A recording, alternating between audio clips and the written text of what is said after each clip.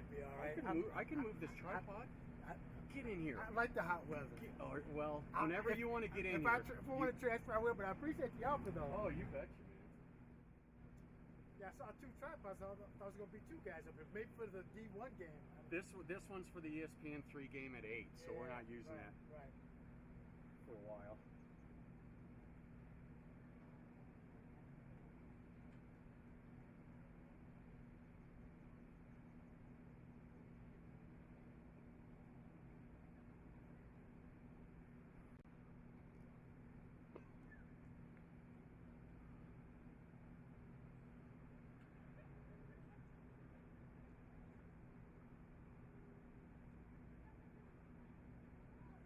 Make pop visits over here, like during timeouts and injury timeouts. Okay.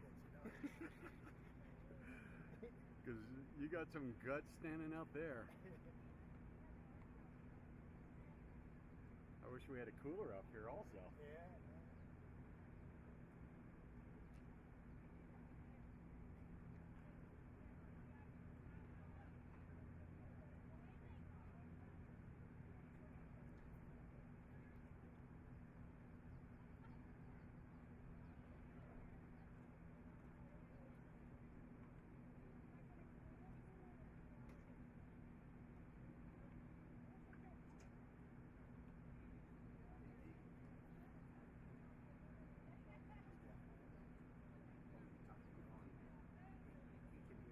And now at this time, let's stand and honor America. Please remove your hats and caps and face the flag for our national anthem. Are you going to be on the singer and me on... today by Renee Lachette. Okay, thanks. Oh, you see by the dawn's early light, what so proudly we hailed at the twilight's last gleam, whose broad stripes and bright stars through the perilous fight, all the ramparts we watched were so gallantly streaming, and the rockets reckless, the bombs bursting, and gave proof through the night that our flag was still there. Oh, say, does that star-spangled banner wave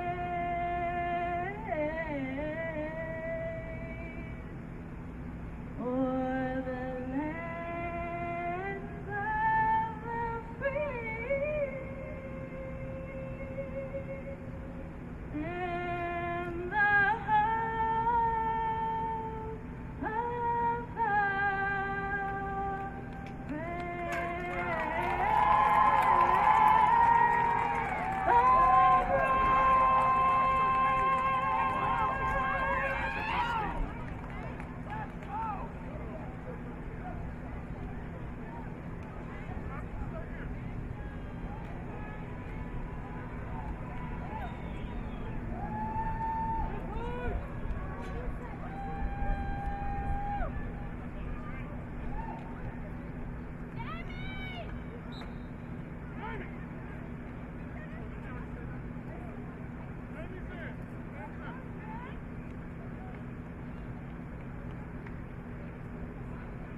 Captains meeting at the middle of the field for the Dark Angels.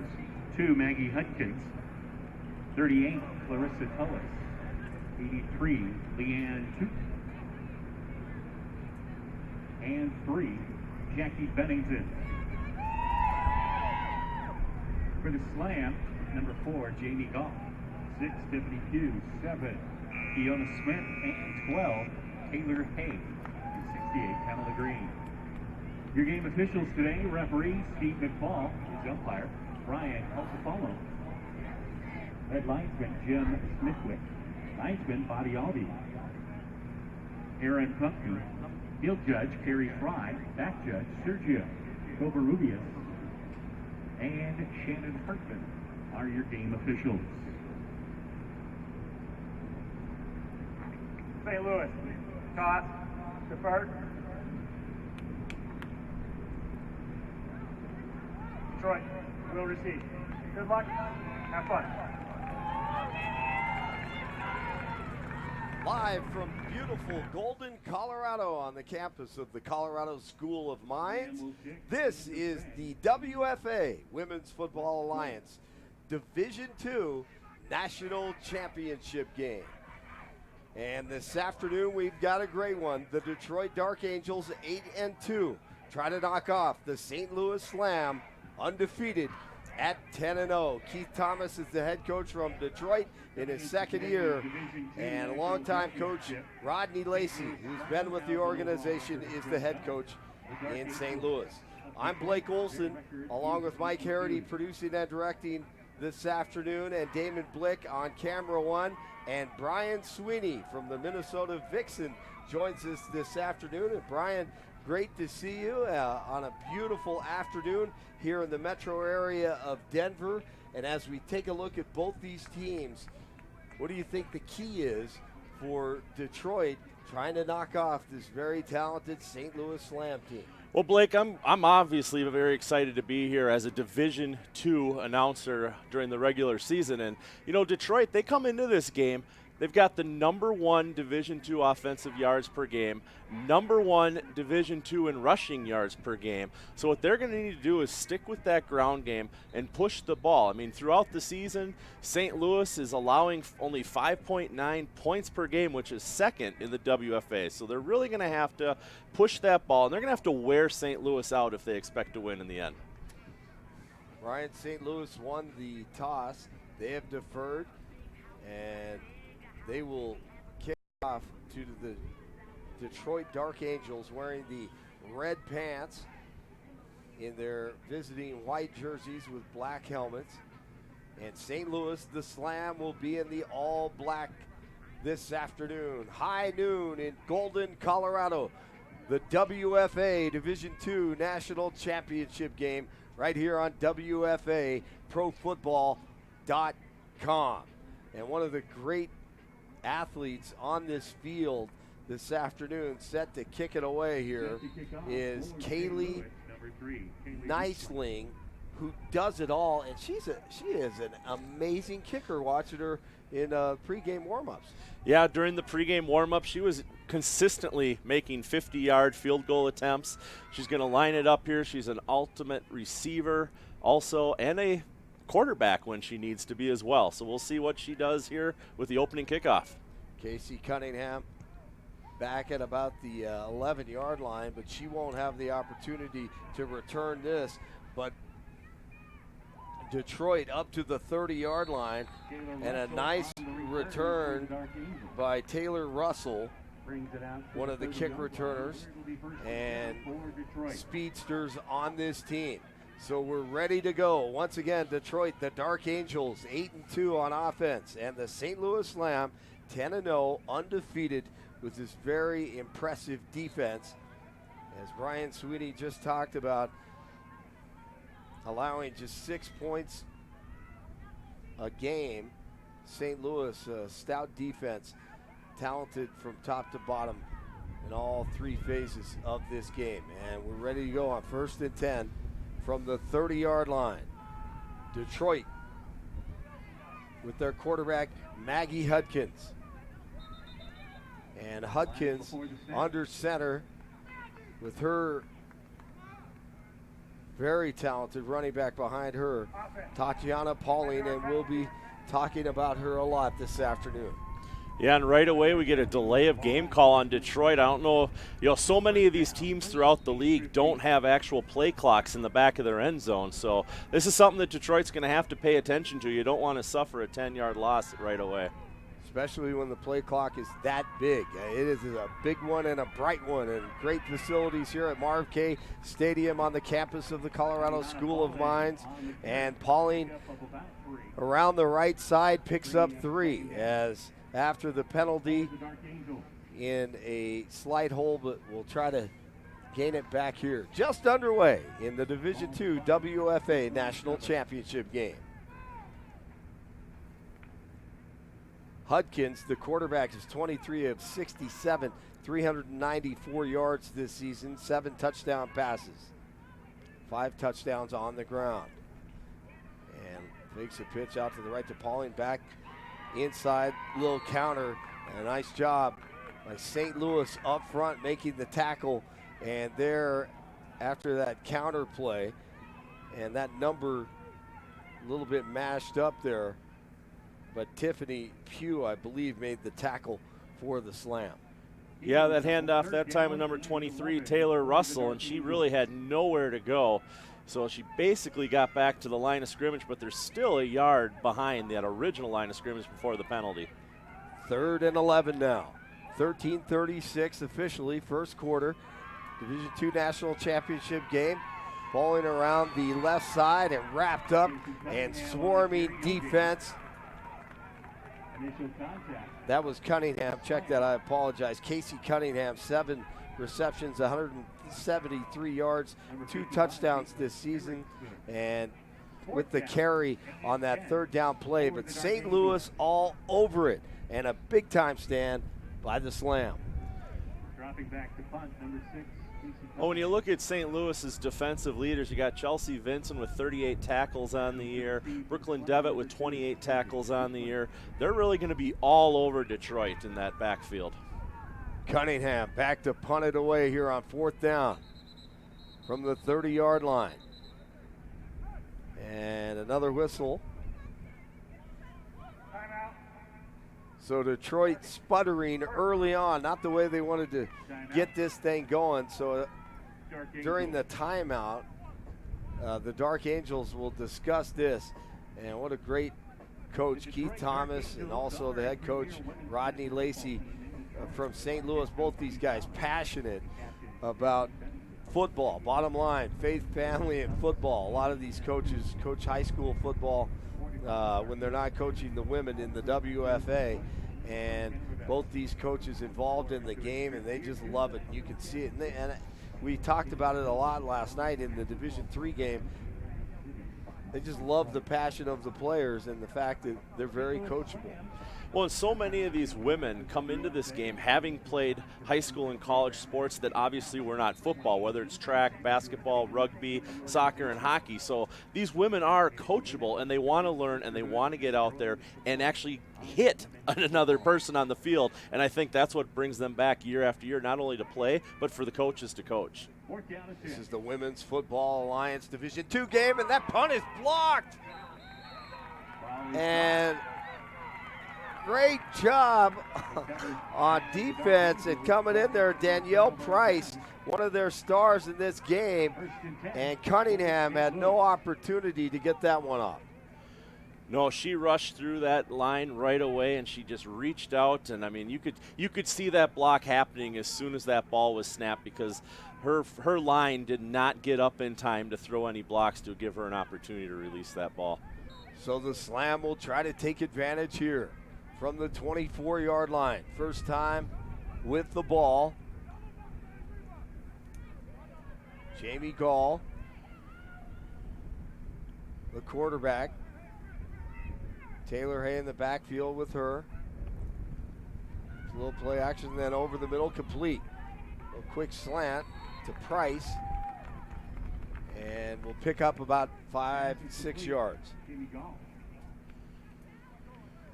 Yeah, Price was the leading receiver for St. Louis this year with 393 yards coming into this game, including 5 touchdowns and a 79-yard long reception earlier this season. And I may have misspoke. That may have been Clay who caught that pass. This is Price around the left side. As Brian just discussed the talents of Price, and she slung down to the turf, and the flags surrounding her after the carry. Just short of the first down, I believe. But this looks like it'll go on St. Louis. I'm not certain. Face mask on the slam. Personal foul, face mask on St. Louis. Number 11. Half the distance to the goal. First down. With the penalty, the ball moves inside the 10, down to the 7. So to the 7-yard line, inside the 10, a great opportunity here early on. Their first possession, St. Louis Slam with a great chance to score here with under 12 minutes to play in the opening quarter. And the Slam a little too anxious there up front. Offense. 5-yard penalty. First down. False start on the Slam. Ball's moved outside the 10. And they'll march it back 5 yards. And just really no rhythm to this game yet. No, last night, the Division III game, there was plenty of rhythm the whole night. The offenses were both marching up and down the field. I listened to your call. There was some great passing. So, and here again, we have another whistle before the snap. So here we are. We're only 3.5 minutes into the game, and we're already on our 5th penalty. Prior to the snap. Outside. Defense. Number 35. 5-yard penalty. First down. So back and forth we go. On the Slam, they jumped off, and Gall, see if she can lead her team into the end zone. Here's the handoff. Left side trying to cut outside, and great job on defense coming up to make the stick for the Dark Angels.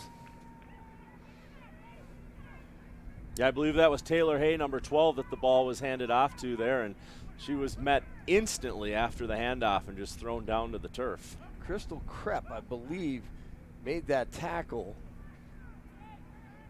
And Hay with the carry around the left side. Second down. And goal for Gall. Hay adjusts. Here's Gall, looks to her right, lobs it up, has a receiver right there, and broke it up. A big defensive play by Lisa Gomes. Intended for Price. Great breakup and defensive play by Gomes. Yeah, so Gall comes into this game with 977 yards passing, and this is the first pass we've seen from either team so far today, and it falls incomplete. Great defensive coverage there, preventing Price from making that reception for the touchdown. Gall and Hale in the backfield. One receiver off to the left. Gall goes to her right, little short one, and dropped. And great opportunity. Unfortunately for Neisling, she had a little room to run and thought about getting into the end zone before concentrating on that ball. She has plenty of speed and drops this one. Heard some footsteps. Yeah, so St. Louis, definitely started with great field position on the St. Louis's 24-yard line, but here they are, 4th and goal from the 10, and just still looking to attempt a field goal here. And Neisling, of course, will line up for that, as we spoke before the game on just what a great all-around athlete she is. So Neisling.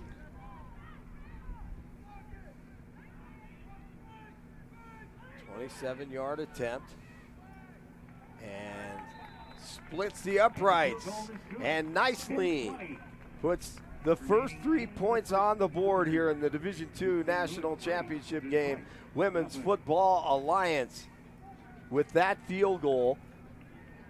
A great player all around.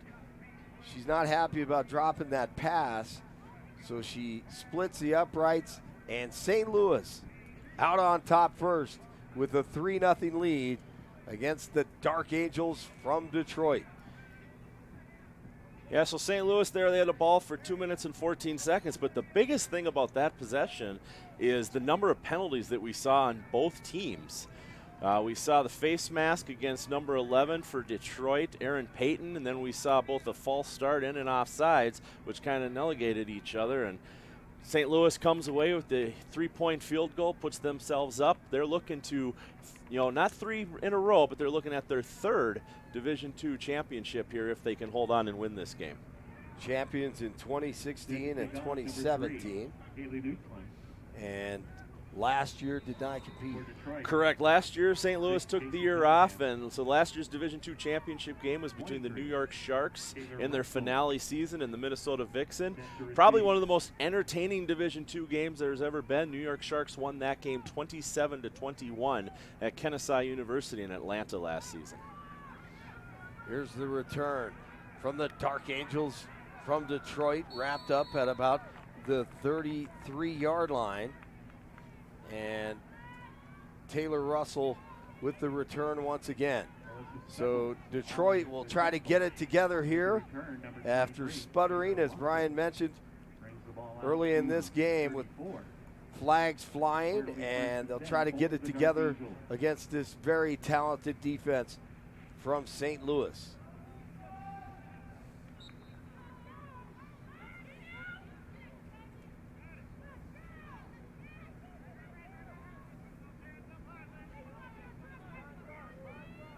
Hudkins, the quarterback. And right side. Pauling once again. Tatiana Pauling with the carry. 104 carries. Once again, 1,481 yards before the day. 16 touchdowns. 6 catches, 129 yards, 2 touchdowns on the season before the championship today. Yeah, Detroit's coming into this game. They have 4 All-Americans on their team. Tatiana Pauling is one of those All-Americans. So, congratulations to her and her 4 teammates that are going to be a part of that game this afternoon as well. This one bobbled, a little bubble out to the right, complete, but they'll barely get back to the line of scrimmage as Hudkins, they'll lose about a yard after that completion to Cunningham.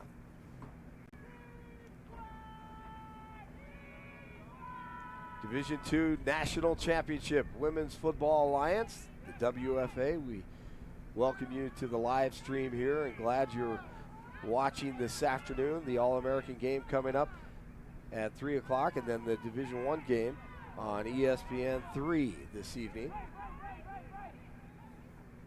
Another fumble here after the snap, and Hudkins having a tough time with the snaps. I don't know if she's turning her eye away, but that one blew the play. Unable to do anything after that.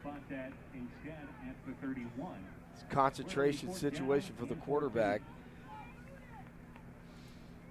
Yeah, in Detroit, they're not having a whole lot of luck here. They went 3 and out with their first possession, and here they're going 3 and out with their second possession as well. Cunningham back to punt it. And nice lean at the 30-yard line, looking to return this one, and she'll fair catch it. She had plenty of time. I think she could have made a play there. She'll look at that video and probably be disappointed with herself because she could have caught that thing and took off, as talented as she is. So 8:09 to go from Golden, Colorado, on the campus of the Colorado School of Mines. Division II National Championship game. Detroit and St. Louis. And St. Louis in the black uniforms right now, trying to get something going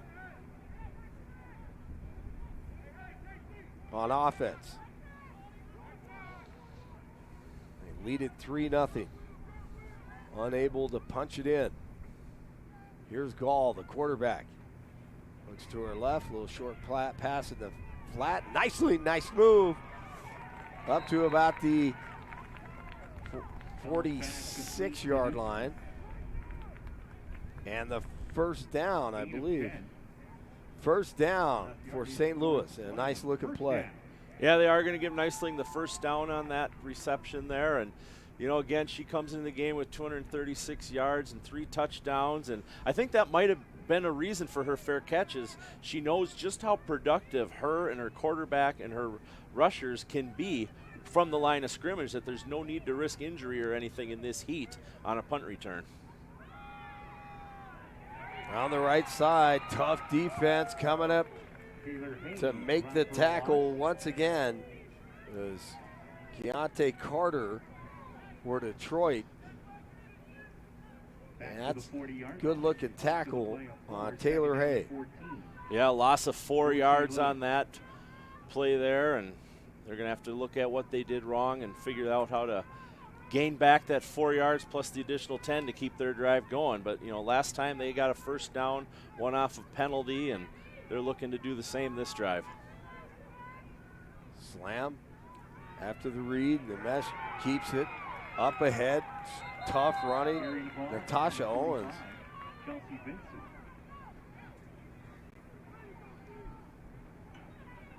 Check that, Chelsea Vincent with the carry. 10 carries, 68 yards before this afternoon's championship game. 2 touchdowns. Great player on defense as well. Also has a sack. So after that read and the keep, it'll be 3rd down and 11 for the slam against the Detroit Dark Angels. 6:37 to go here in the opening quarter at Marv K Stadium. Colorado School of Mines in Golden, just west of the Coors plant. Coors headquarters in famous Golden, Colorado. Timeout. Timeout. Rodney Lacey and the slam. They'll talk this one over. You know, St. Louis comes into this game, as long as we have the timeout here, 15 of their current players on their roster were on both their 2016 and 2017 championship teams. So, you know, half their team is no stranger to championship gameplay. You know, along with that, you know, some of those players are on both those teams are Knightsling and Gall, Taylor Hay. So here you've got your 3 biggest offensive powerhouses. This isn't new to them. You know, they were here. They beat Tampa Bay Inferno by 38-7 in 2016, and then they also beat Tampa Bay 42-15 in 2017. So they were only allowing an average of about 9 points per game in their past championship games that they've played in. And speaking of 15 players, I was talking to Coach Lacey, and he said he has 15 moms on this team. So if you've never watched the WFA, there are mothers on this field and raising children and playing professional football. You talk about a challenge and trying to take care of business at home and then play this demanding sport each week. And how many times do they practice, most of these teams? Most of these teams will practice a minimum of 2 up to 3, 4 times a week throughout the season. Tryouts are typically in the October time area, and then regular practices usually start in January, February, with the first games the first weekend in April. Gall's pass is incomplete. Tried to hit Chelsea Clay off to the right. That'll bring up 4th down, so a big stop once again by the defense from Detroit, and the Dark Angels trying to get it together. Now they'll have to find a way on offense to move the ball against this defense from St. Louis. Nicely back to punt it. And Russell set to return it at about the 22-yard line. Have to double check that one.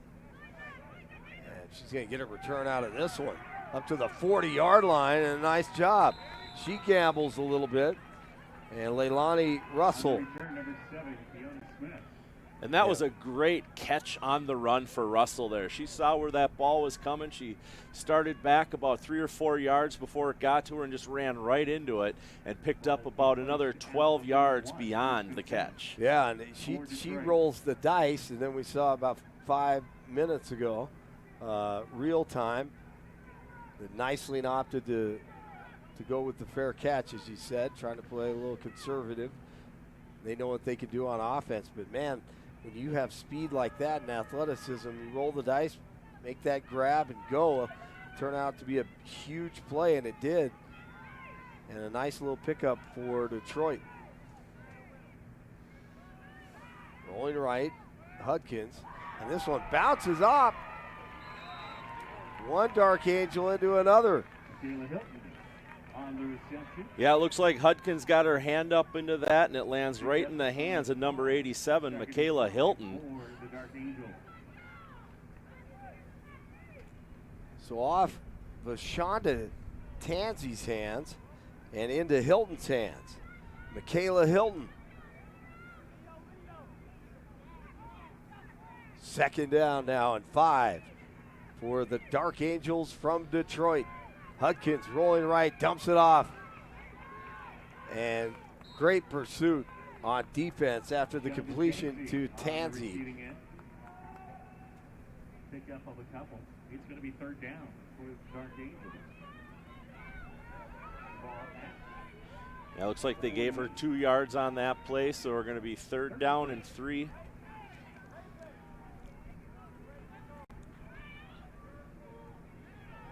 So at the 5-minute mark, 3rd and 3. Detroit thought of as the underdog in this one, trying to knock off this talented team from St. Louis. Short throw is incomplete. And great coverage by Chelsea Vincent. 2 straight plays. Vincent doing a nice job. Has 1 sack on the season before this afternoon's game, and that will force Detroit to punt it, you would think, but we will see. They're at midfield. See if they do indeed punt it away. Yeah, here we are, about 10 minutes and 15 seconds into the game, and Detroit, unfortunately, with every possession, has gone 3 and out so far and having to punt the ball. So the offensive linemen and their coordinators on the side, they're going to have to think of a way to start putting these first downs and driving the ball into St. Louis's territory. So they'll set up, try to go for it, and then St. Louis calls a timeout, and they'll discuss this. We'll see if Detroit comes back out there with Hudkins in the shotgun, as they look like they were going to try to convert this thing, which definitely should consider in the WFA when you're at midfield. We saw it last night. I mean, there was I think Orlando punted the ball maybe twice, not certain. They utilized, there was a 4th and 10, I think maybe from their own 20-yard line. I guess you could call it a fake punt, but the quarterback was in the shotgun formation, a little deeper than normal and comfortable with throwing the ball that deep in the pocket. So we'll see what they do here. It looks like they're going to go for it, with Hudkins in the shotgun for the Dark Angels with 2-3 receivers off to her right, 1 to her left. And 3. On 4th down. And she gets them to jump off. And a huge play, cadence play by Maggie Hudkins, the quarterback. That'll be a first down after St. Louis, just too anxious, jumps off. Boy, you hate that when you're a defensive coach. I'm in a tough spot, but yeah, especially when you waste a timeout going into that, and then you still end up giving up the first down. Hudkins, high snap, holds onto it, rolls right, dumps it off, intercepted, and Vincent at the 41. She goes down. Returns back across midfield. Natasha Owens, To the 42. I thought it was Vincent there, 45. Where do we first and 10? Is it 45 or 15? Yeah, there's pretty thin numbers on those black jerseys. Well, I thought it was Vincent, but let's see here. You would be correct because I see Okay. Owens on the sideline without a helmet on. Gotcha. I apologize. So, no, that's okay. Chelsea Vincent, she had really been stepping up on that left side in the pursuit. And then great anticipation there. Vincent with the INT for the St. Louis Slam. That'll bring up 1st and 10 after the turnover. And Vincent's big interception in the Division II National Championship game. The handoff and in the offensive backfield. Detroit is right there to make the tackle, and a nice job with the vision by Gomes, Lisa Gomes, to make the tackle. Yeah, and I believe that was Candace Watkins there that received the handoff that time. And you know, one of the things that we run into up here in the booth is a lot of these women, they have the longer hair, and it does block part of their numbers on the back of their jerseys. So really appreciate St. Louis having the number on their shoulders. Detroit, I really can't tell if they do as well, but it helps us to try to give you accurate information at home. Absolutely. This one's going to be intercepted at the 40-yard line, and Danielle Curse picks it off and takes it the other way. And Curse with good speed. That's her first interception of the season. Excellent coverage. Saw her close on that and break on the ball, and just in time. Excellent work. Yeah, so both these teams, the defense is already figuring out what the offense is doing. I mean, we've seen so many 3-and-outs. We've had 2 changes of possession here back-to-back by interceptions. It's really going to come down to which of these defenses can hold out in this heat the longest. It looks that way. 3:42 to go in the first quarter. 2 turnovers, INTs.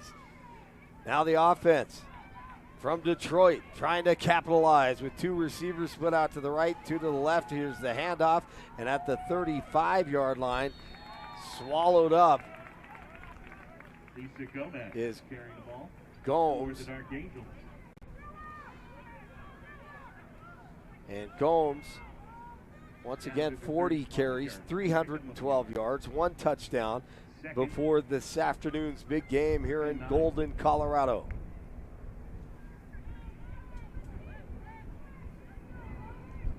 Hudkins, the quarterback. And Gomes to her left.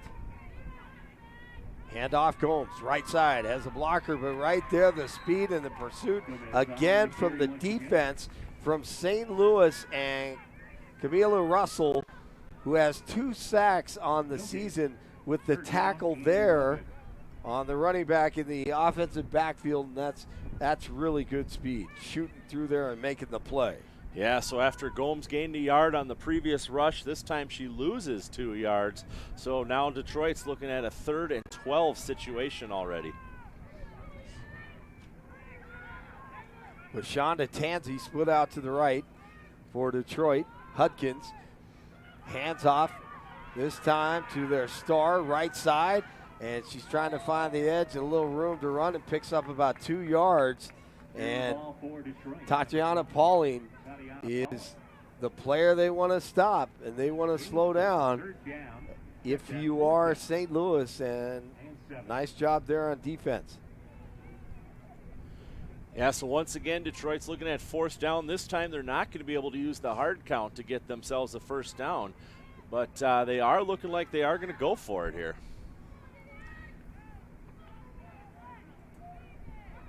Fourth and 7 for Hudkins. Hudkins looks to her left, unloads, and through the hands of Nicely. She can't pick it off. That'll be incomplete. Double coverage. Had the slant there and overthrown. And St. Louis will take over. Yeah, so that's our first turnover on downs of the game. I don't blame Detroit for going for it there.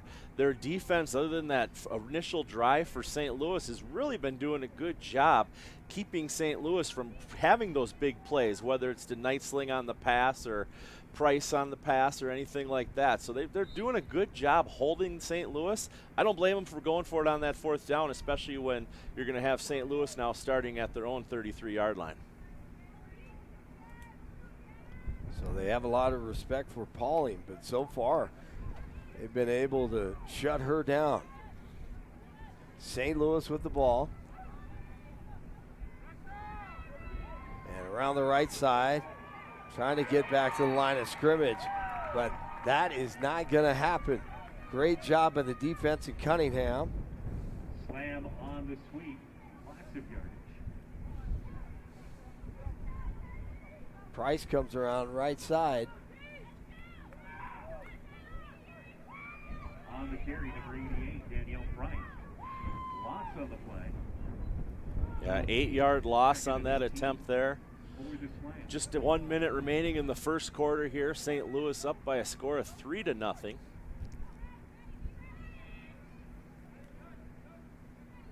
50 seconds to go. Second down. There's a handoff right up the middle, trying to get back to the line of scrimmage after that big loss, and it's not going to happen because Kurse comes up and makes the tackle on Taylor Hay. Yeah, Hay able to pick up 3 yards of those 8 that were lost previously. Going to be third down, quite a few to go here as the clock continues to tick away in the first quarter. Trying to feel themselves out here, both teams trying to get an idea of what both are trying to accomplish. But once again, we've seen interceptions, turnovers, some mental mistakes, and they'll try to clean it up here as they watch the clock tick down and get ready for the second quarter here in the Division II National Championship game.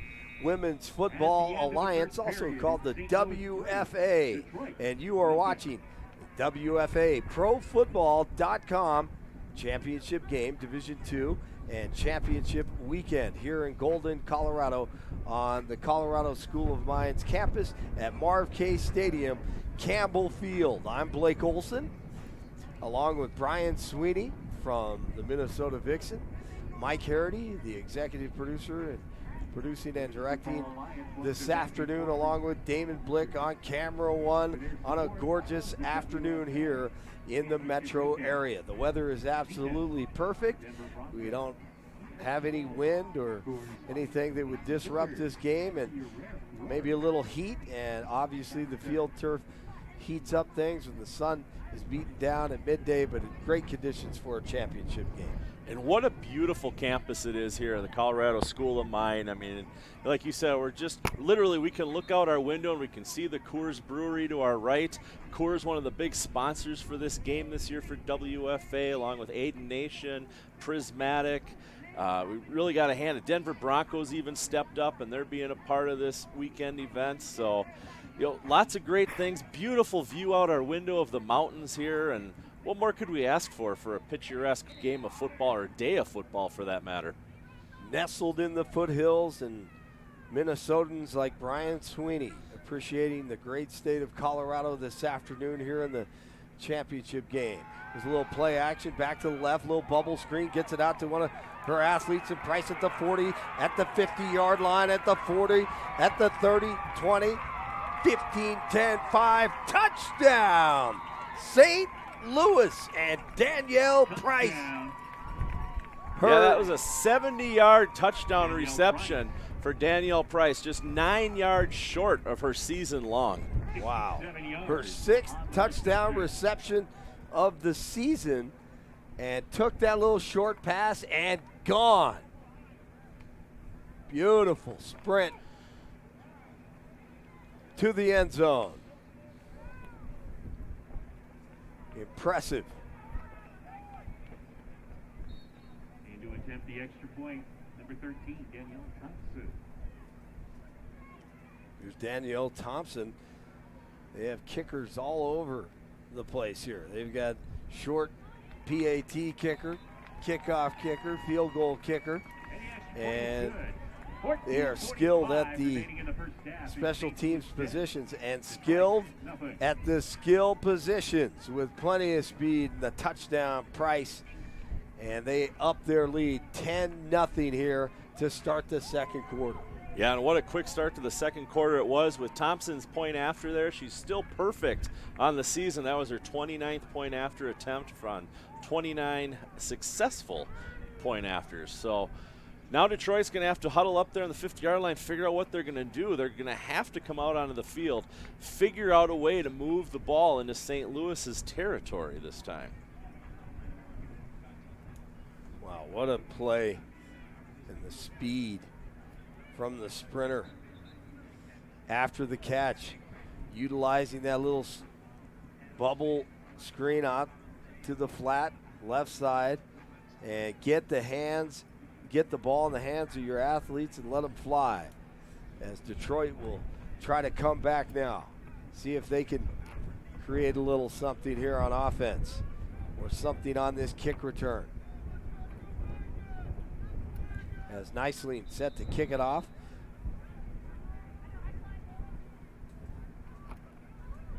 Set to kick off for St. Louis, number 3, Haley.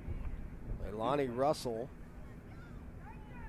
back at about the 10-yard line. This one's going to go over the head of Russell, of Taylor Russell.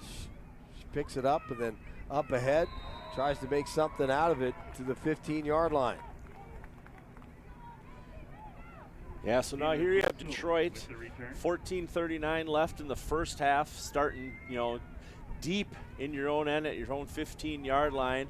Got a long ways to go. I think the most important thing Detroit's going to have to do in this drive, if they don't score, is figure out a way to turn this possession into something longer than the 3-and-outs that we've been seeing. With the exception of the offsides call that they got last quarter, they've been 3-and-out and punting every time they've had the ball.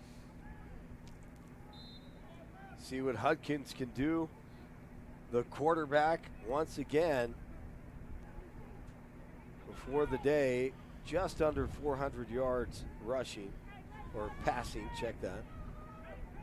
5 touchdowns on the ground. She'll be under center, I formation with the receiver out to the right.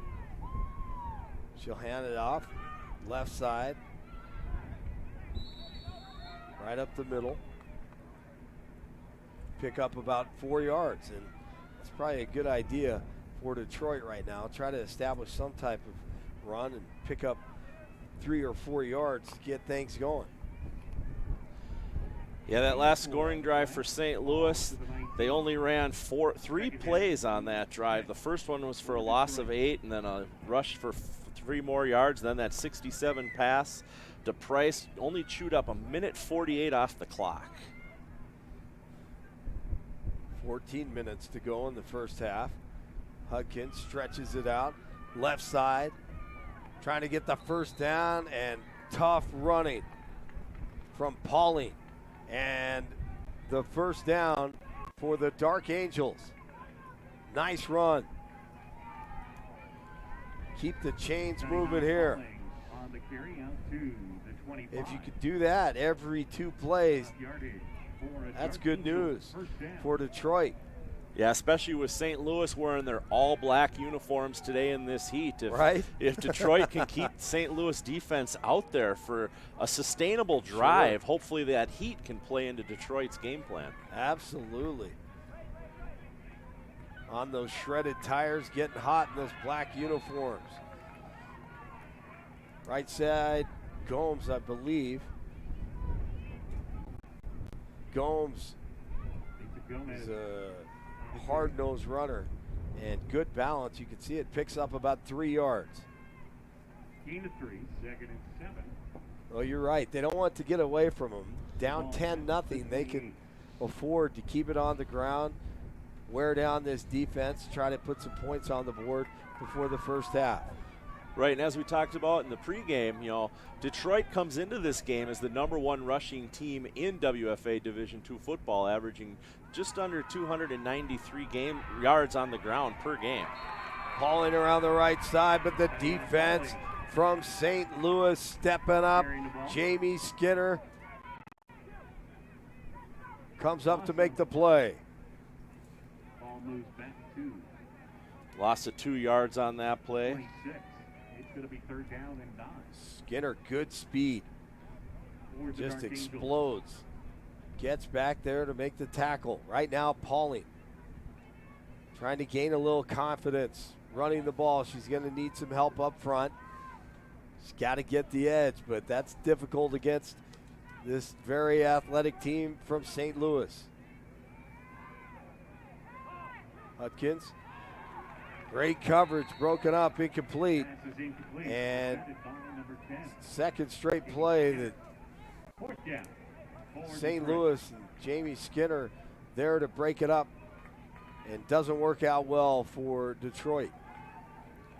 And also, once again, Detroit's faced in that with a punt, and we have Nightsling lining up just on, looks like she's going to end up being on St. Louis's 40-yard line, roughly, which, you know, after we've seen what she can do during the regular season and in the postseason so far, if that ball gets to her, you know, she could turn this into a wide open game here very soon. What do you want to bet that she doesn't fair catch it this time? If I'm Nightling, no matter what, I try to catch that ball and try to take off, and no fair catch. She's too fast. She's too talented. We'll see. And plus, she's in a really good position. She probably learned in that last punt that she had more time than what she had thought initially. But we'll see. As a timeout on the field, you are watching the Women's Football Alliance on WFA ProFootball.com. Division II, 3 divisions in the WFA. We have the Division I championship tonight. Tell us a little about that game. Yeah, tonight we're going to see the Boston Renegades look to win 2 in a row. Last season they beat the Los Angeles Warriors by a score of 42-18.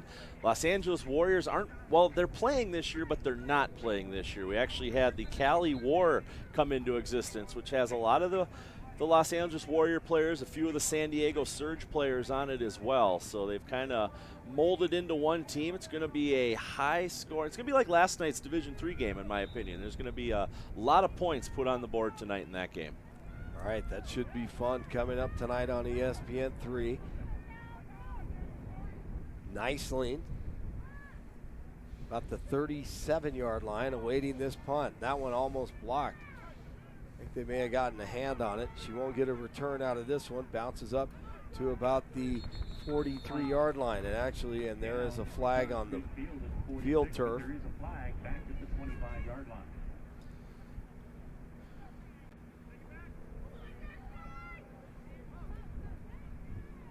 So they're going to make them punt it again. Illegal formation. Illegal formation on Detroit. 5-yard pen. 4th down. Got an issue with the officials' microphone this afternoon. A 5-yard penalty. So Niceling's going to, you would think, have another opportunity to return this. But I'll tell you what, I wouldn't punt it to her. No, and I think on that last punt that we saw, they intentionally were trying to punt it out of bounds and not give her the opportunity to return that punt. No question. She's at the 45 right now. And this one, she may be able, well, she's going to fair catch this one. Probably a good idea on that one. The coverage was there. And Nightling with the fair catch.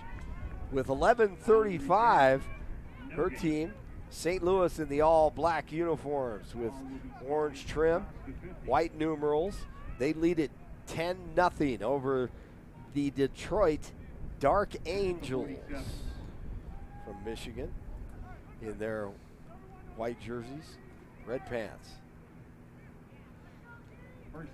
Yeah, St. Louis comes into this game with 8 All-Americans on their team as well. You got Nightsling, Gall, Hay, Thompson, Vincent Erickson, Moore, and Price. So, I mean, you pretty much have one side of the ball covered with your All-Americans. Gall has 3 receivers out to her left. She looks to her left. The slant, Nightling catches that one. And then up ahead to about the 40-yard line. And a pickup of 7. Nice concentration and quick slant. 8 of 7 on the play. 2nd down and 3 for the slam. 2nd down for the Slam from St. Louis, coached by Rodney Lacey. And they really handle themselves well. I mean, they are, without question, a unit. The way they enter the field and pregame warm-ups, and just see how they operate. That one incomplete. Now, St. Louis defeated Minnesota, the Vixen, correct? Yep, in the first round of the playoffs this year. Gotcha. And talking with a few of your assistant coaches, they have the utmost respect for the St. Louis team. They know how good they are. Yeah, the St. Louis team, I mean, they're undefeated this year. Coming into this, you know, even with the year off last year, they didn't skip a beat. You know, so many of these players probably took the last year and hit the gym, hit the track, you know, worked on that strength and conditioning, all those things that allow you to go for the perfect season, which is what they're trying to do today. Gall had a tough time getting the snap, able to hand it off, but a shoestring ankle tackle by Detroit, and Keontae Carter in on that tackle.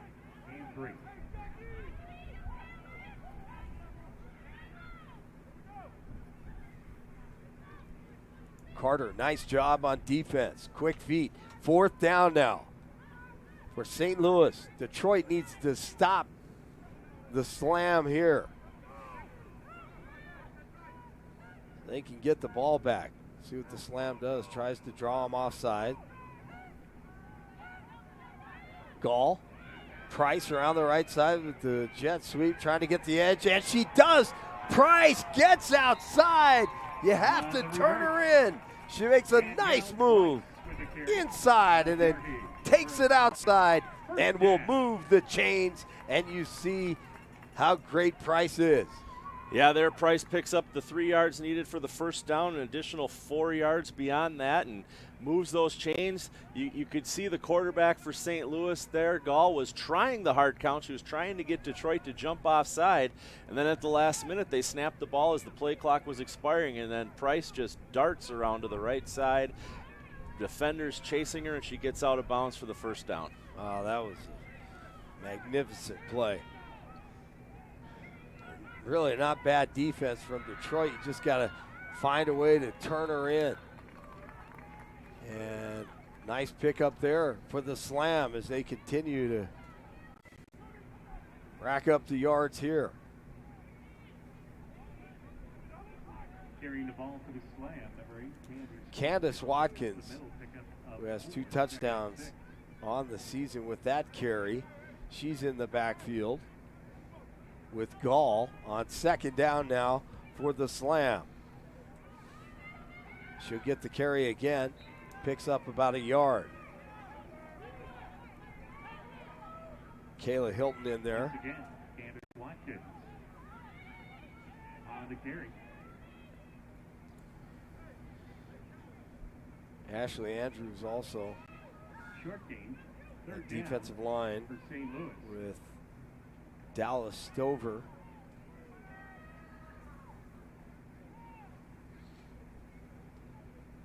Clock continues to tick.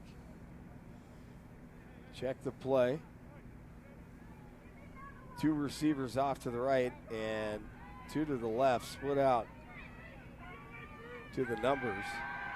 Little screen pass here. And Watkins at the 20-yard line after the catch of the first down. And brought down by Curse. Number 8, Candace Watkins. Watkins. With the reception. So big plays, the last 3 plays, carrying the ball, and then the receiver on that screen and making a play after the catch for the first down for the Slam from St. Louis in the Division II WFA Women's Football Alliance Championship game. Yeah, Watkins there, 22 carries on the season, only 110 yards, but as we've seen so far this game, she's definitely an all-around player that's good for those little short yardage pickup situations. Oh, that one low. Nyson can't get to it. Incomplete. Pass is incomplete. She was split out wide, and 2nd down. a quick throw off to the left on a slant and need more velocity on the pass on that one with 7:26 to go in the first half. Yeah, St. Louis with the ball. Sorry about that. With that incomplete pass there by Gall, that's actually the longest drive by either team this game, with that being the 8th play of this drive. 2nd and 10. And Gall back to pass, has time, floats one over the middle, had a receiver there, and Niceling, well, if that one could have been floated over the top behind the defense was Niceling.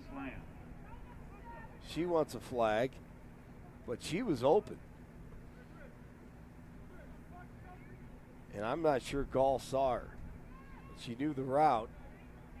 Underthrown, incomplete, 3rd down and 10.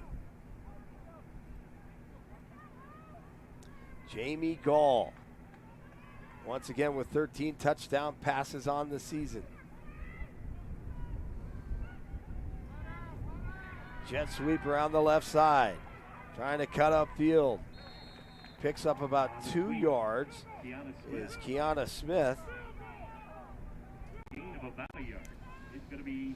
So that brings up 4th down. And Brian, that's a big defensive play, and 3 big defensive plays really, 2 for Detroit.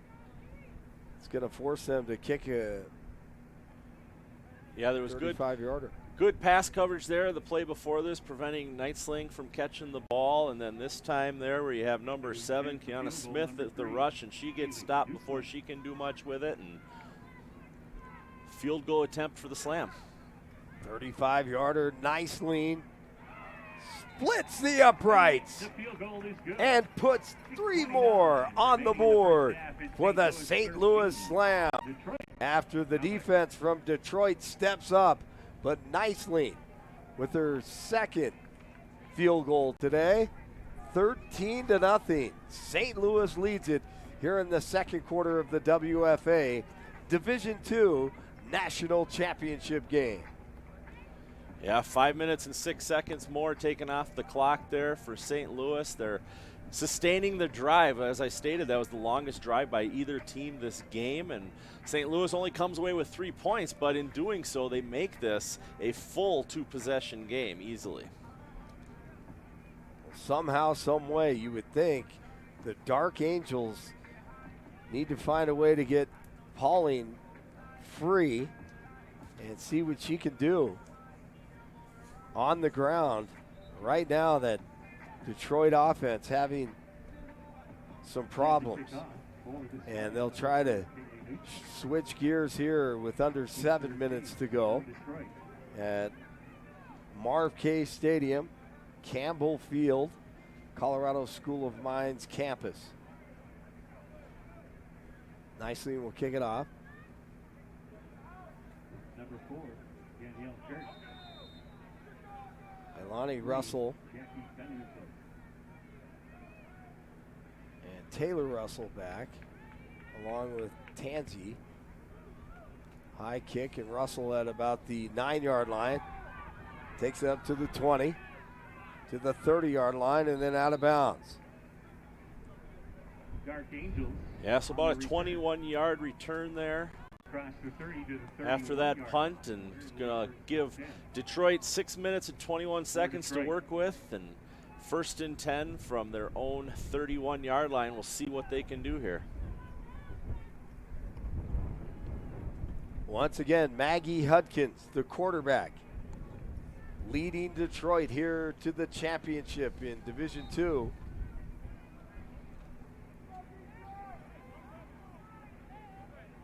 She'll have 2 receivers off to her left and then 2 to the right, with 1 back to her left. She looks to her right, and this one's going to be incomplete. She lost that one right after she let it fly, and intended for Sarah Kirkus. Yeah, we definitely can't blame the wind or any sort of weather on that pass. It just looks like it almost looks like her wrist kind of twisted a little bit to the right as she was releasing that ball, and it just kind of flopped behind a receiver that was wide open, and she only had one person covering her. So Detroit could have turned that into some yardage, definitely. Luckily, it was outside, not inside. That was Aaron. There were some defenders back there off to the left, and this run pickup of about 4 yards. Gomes, left side, and a nice pickup. 5 yards for Keith Thomas's team. Once again, they're 8-2 coming into this one. St. Louis undefeated at 10-0. 5:40 to play in the first half. Hudkins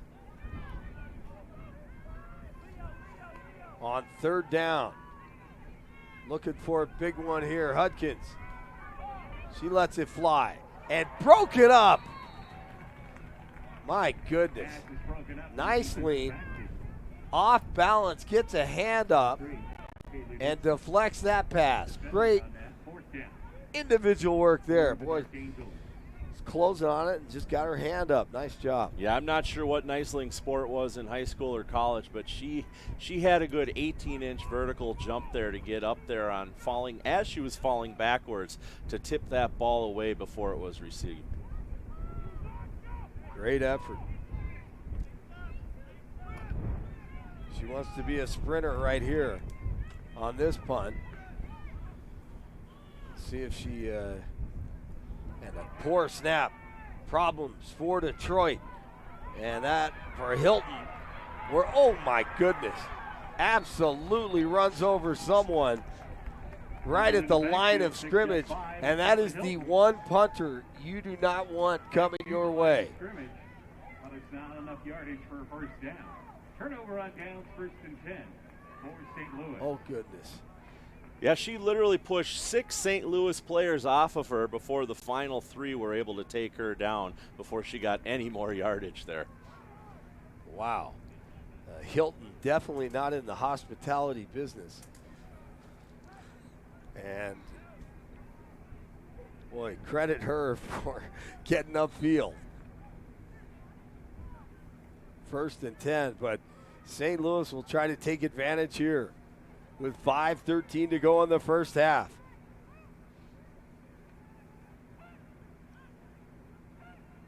Gall. Over the middle, floats one up. This one almost picked off and then almost into Niceling's hands. Through the hands of the Dark Angels, Leanne Tuke. Defending on the play.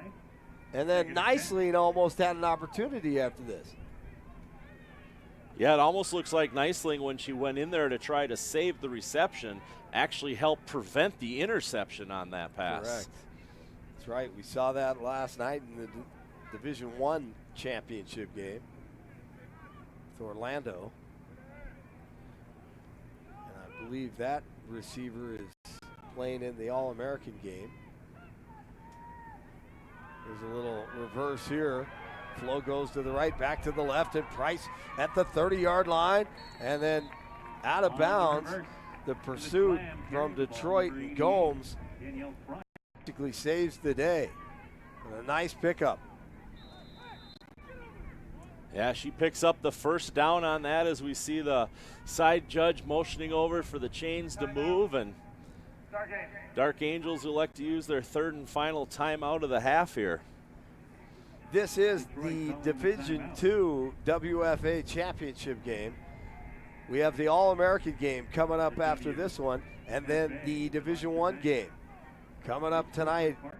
7 o'clock kick, correct? 8 o'clock 8 mountain o'clock. time. 8 o'clock. I'm getting all mixed up with the time zones. I'm trying to cater to the Eastern time zones and Central time zones and Pacific.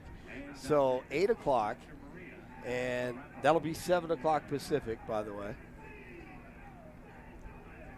Yep, so the Boston fans who will be did not make the trip out here are going to have a late one tonight, as it's going to be 10 o'clock in Boston when that game kicks off. All those sports, man. East Coast fans, they stay up late to watch sports. I love living in the Central Time Zone. Sports, they start just right no matter where in the country they're playing. I would agree with you. When I lived in Dallas, yeah, that was a great time zone for sports. There's no question about that. Under 5 minutes to play. 4:59 officially. The quarterback is Jamie Gall. After the mesh and the handoff, cutting back and picking up about 5 yards is Hay, the running back, and wrapped up by Ashley Andrews. You know, Hay's been fairly quiet this game so far. She's, been in on a couple plays when she's needed to be. But overall, when you come into this game with 552 yards, I expected to see more out of Hay.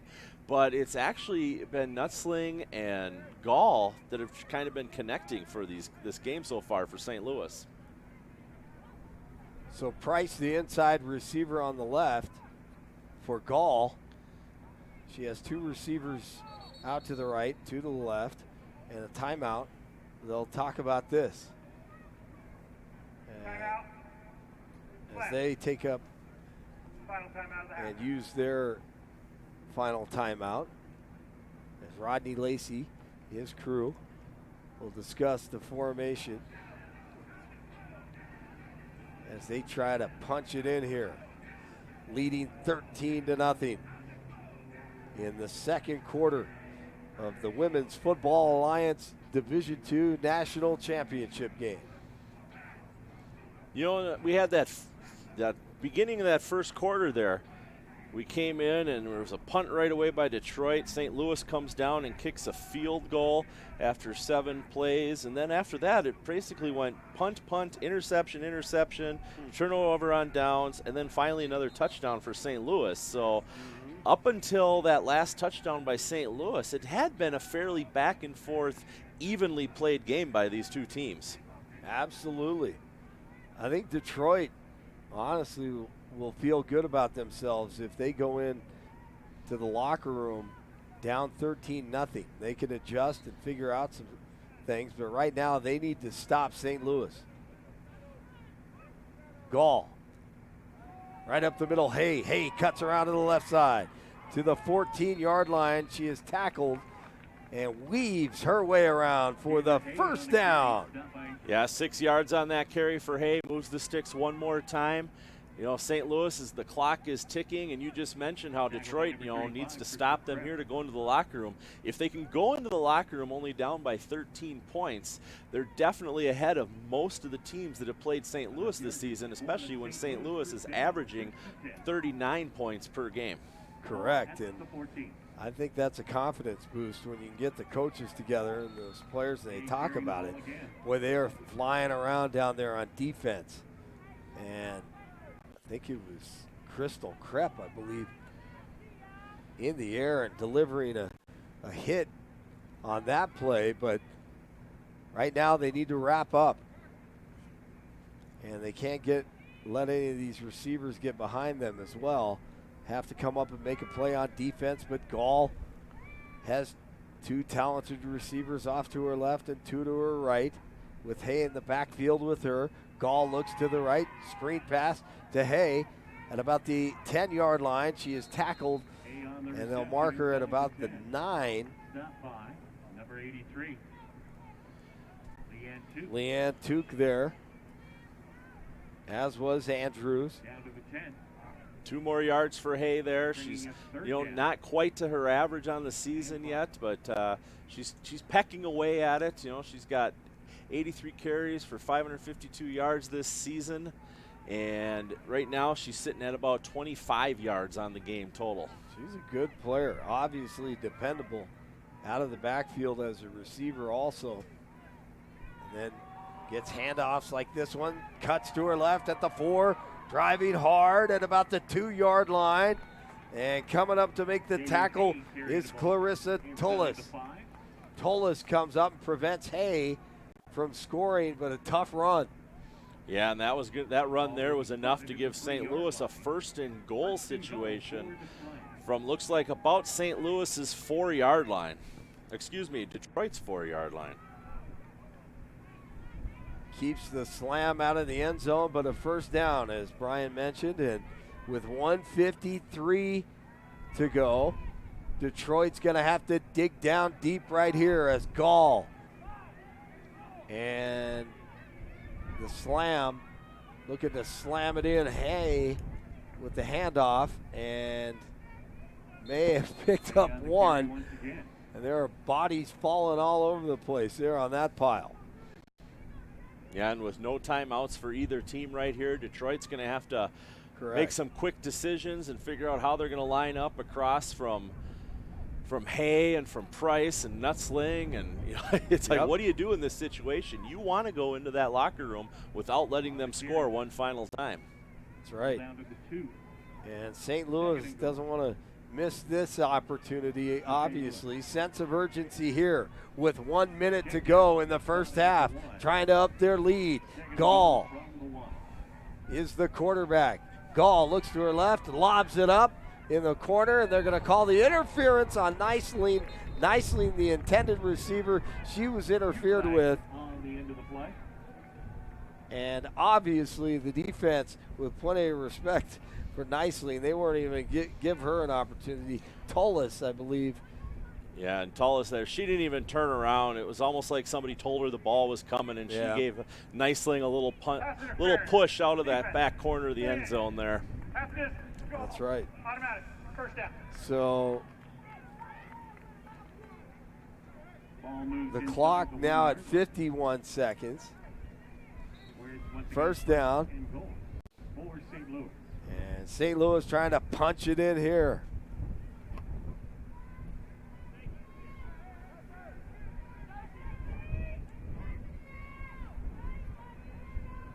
Gall. Handoff right side, and in the offensive backfield, the defense from Detroit swallowing up Candace Watkins. Yeah, and Kansas actually lost 2 yards on that play. Yeah, they got back there well. They shot their gaps and got low, and the strength, second down now, strength of that defensive line. Some impressive defense. 20 seconds to go. St. Louis trying to up the lead. Checking the sidelines. Trying not to waste this. And we got Muscle back in the backfield here. Handoff, left side, touchdown, Hay! Taylor Hay, touchdown. Hay takes the handoff. And Chelsea Vincent says, hey, TD, 6 points for the St. Louis Slam in the Division II National Championship game with 2 seconds to go in the first half. And they up their lead 19-0. Yeah, number 12, Taylor Hay there.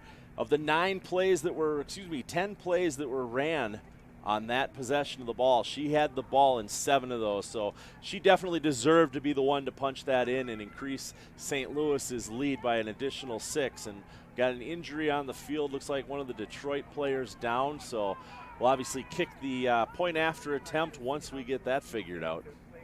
Ashley Andrews on a knee. And Hay is a deceiving back. Doesn't really strike you with what you would call threatening speed, but then she gets the pigskin in her hands and she is off. Really good quickness and obviously a faster back than you may anticipate, but Hay has been outstanding here and showing that she does have speed and strength and following her offensive line up front. 19-0. St. Louis, the Slam, leading the Detroit Dark Angels in the Division II Women's Football Alliance Championship game here in Golden, Colorado, on the campus of the Colorado School of Mines.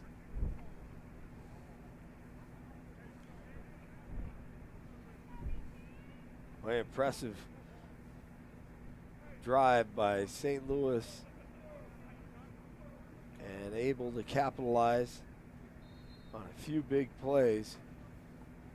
And as Brian mentioned, Hay One on time down to the extra going point. to work. In to kick, number 13, Danielle Thompson. Thompson with the extra point and splits the uprights, and they have been outstanding in the kicking game. 2 seconds remaining. So St. Louis leads it here in the championship game for Division II, 20-0. Yeah, we're probably going to see a kickoff here by Night Sling, and Detroit, I think they should just kind of take a couple steps if they do get the ball and let the clock hit 0, go into the locker room, cool down a little bit, figure out what they're going to do the second half. Down by 20 going into the locker room is quite a bit to make up, especially when you're playing against the #1 Massey-rated team in the WFA Division II. If you were coaching, you would be called a very conservative coach. I'm telling those girls right now, pick this thing up and run as fast as you can eastbound toward Kansas. And who knows? But I hear you. You're the more intelligent coach in this situation, but you would think that's what would happen. And we'll see what happens after they get together at halftime and discuss what they've seen so far and see what the coaches do as far as adjustments. Right now, St. Louis controlling this game 20-0. But I'll tell you, Brian, it doesn't feel like it. No, I mean, we've seen a lot of back and forth play, both teams with an interception, only one turnover on downs. I mean, otherwise it's been a lot of punts. St. Louis has just been able to capitalize on 2 deep drives. Hey, a little short kick, onside kick, and it's going to work out well for St. Louis. Now, where's the conservative play there? I definitely did not anticipate a little squib kick by the slam there to end the half. Well, they almost got a bounce, and who knows, in this league, get a bounce and you get the right athlete, she can take it to the house. All right, we have seen 2 quarters of play in the Division II Women's Football Alliance National Championship game here from Marv K Stadium in Golden, and we're having a lot of fun. Hopefully you are as well. I'm Blake Olson along with Brian Sweeney, Mike Harity producing, Damon Blick on camera 1, and we have championship football all day long. Stay tuned. We will have the second half coming up in just over 19 minutes right here on WFA ProFootball.com.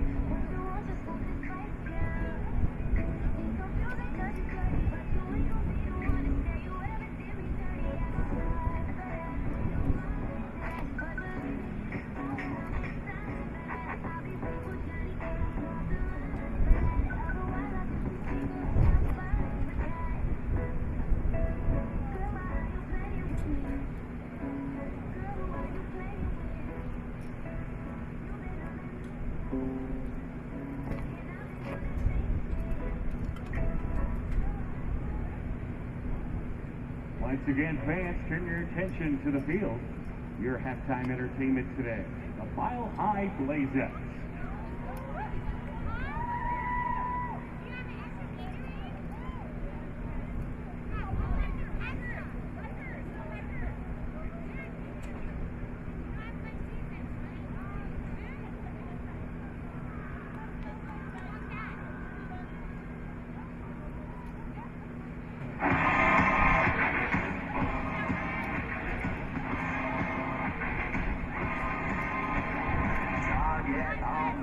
like lone survivor last. They got me emphasized. No surrender, no trigger, fingers go. Living the dangerous life. Hey, hey, hey, every day when I wake, I'm trying to get up, they're knocking me down. Hey, hey, hey, when I need to be saved, you're making me strong, you're making me stand. Shot like a rocket up into the sky, nothing can stop me tonight. You make me feel invincible, earthquake powerful, just like a tidal wave. You make me brave, dark night, titanium lights, I'll raise it up, like the roar of victory in a stadium. Who can touch me, 'cause who can stop me tonight? You make me feel invincible. I feel it, invincible. I feel it, invincible. Here we go again, I will not give in. I've got a reason to fight. Every day we choose, we might win or lose. This is the dangerous life. Hey, hey, hey, every day when I wake, they say that I'm gone, they say that they're gone. Hey, hey, hey, when I need to be saved, they count me out, but this is my round. Shot like a rocket up into the sky, nothing can stop me tonight. You make me feel invincible, earthquake powerful, just like a tidal wave. You make me brave, strong by titanium lights, I'll raise it up, like the roar of victory in a stadium. Who can touch me, 'cause who can stop me tonight? You make me feel invincible. I feel it, invincible. I feel it, invincible.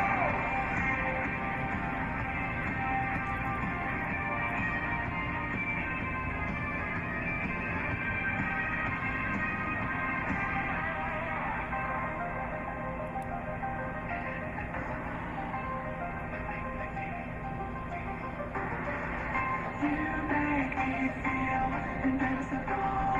You make me feel invincible. Shot like a rocket up into the sky, not gonna stop. Invincible, feel invincible, powerful, just like a tidal wave. You make me brave, dark by titanium lights, I'll raise it up, like the roar of victory in a stadium. Feel invincible, earthquake powerful, just like a tidal wave. You make me brave, dark by titanium lights, I'll raise it up, like the roar of victory in a stadium. Who can touch me, 'cause who can stop me tonight? You make me feel invincible. I feel it, invincible. I feel it, invincible.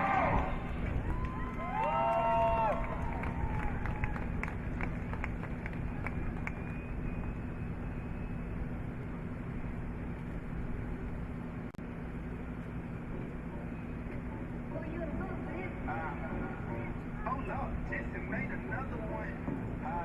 Back in the middle, it's gone. She like I smell cologne. Yeah, just how to deal alone. Yeah, yeah. I go where I want. Good. Play if you want. Just do it. I'm a young CEO, sure. Yeah. The first found my body in there. I just look back, some products for lucky, your hood is some Bobby in there. No cap. You know that y'all told you that crazy. Don't think she lied to you now. He caught me when I'm popping them both. Now they hot just like Bobby and Whitney. Say I'm go. Act like I don't know. Fucking I'm obviously winning. Don't make me go hit the bank. Take out 100 to show you our pockets is different. I'm out with you. Now only more knowledge. She got a little mileage and shit. You disrespect me and I beat you stuff out in front of your pockets and chills. I'm the type to let them think that I'm broke. Then I pop out with $1 million. You take 20K and put that on your head and make one of your partners to kill you. You say fucking with me, then you gotta grow up. Then you gotta then they get fit in my pocket. I got it. I hit the lottery. I'm the shit out. No time. I don't like to argue. I don't. Ain't gonna be no more laughing. You see me with back, then I'm gonna be the shot. Don't care. I don't follow no nice, but audio, they follow. And then that gun, he just pull it out this piece. Back in the mail. the deal, I'm on. Yeah, yeah. I go where I want, good, good. Play if you want, let's do it. I'm a young CEO, sure. Yeah, yeah, yeah. Back in the mail, let's go. She like how I smell cologne. Yeah, I just had the deal, I'm on. Yeah, yeah. I go where I want, good, good. Play if you want, let's do it. I'm a young CEO, sure. Yeah, yeah, yeah. Talking about shit, I'm a pop it. Got like 32,000 in one of my pockets. The other one, that's where the Glock is blocked. You little nigga wanna be in that gangster mentality, listen, stop it. Be a Burberry in front of the store where your mammy and grandmama shopping. Be out got on a whole nother wave on it. Best you want, he listen to top it. I'll return him to a convertible, push me a lift to the top it. Her boyfriend be hanging and calling the groupie just cause she like I'm a muse. She send me a text and to delete the message. She trying to find out it's confused. I don't know, keep it thinking about. Use the brain on your head for you lose. I pull up after school and I teach you. She say, bro, I'm a motherfucker too. Remember, I used to cheat off you pretty. All the teachers, they thought I was stupid. I was expecting the box to pull up on the truck, man. Put up on the school. Hi, packing the mail, it's gone. Yeah, she like how I smell cologne. Yeah, I just had the deal, I'm on. Yeah, yeah. I go where I want, good, good. Play if you want, let's do it. I'm a young CEO, sure. Yeah, yeah, yeah. Hi, packing the mail, it's gone. She like how I smell cologne. Yeah, I just had the deal, I'm on.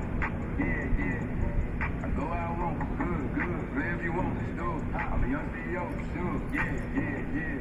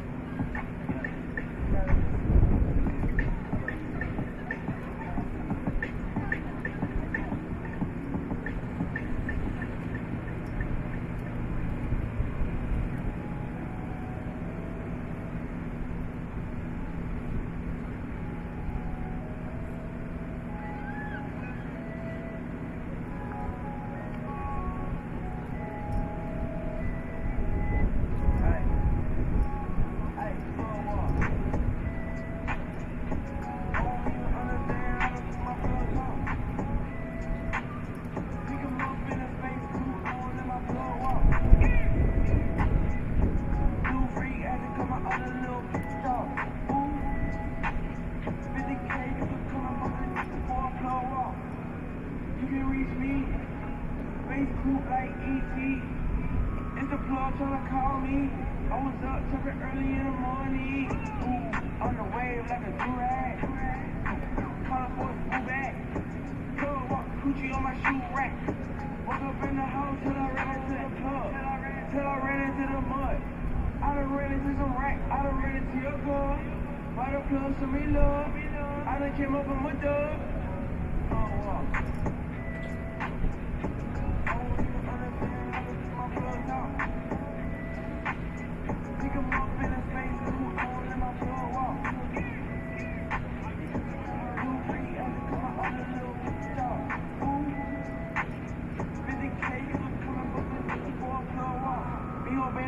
Spaceship. Call me on my phone, say I make money when I talk. I'm a boss, take a loss. I can introduce you to the plug. See no Henny in my cup. Stay down, got a rags up. She gon' let me plug.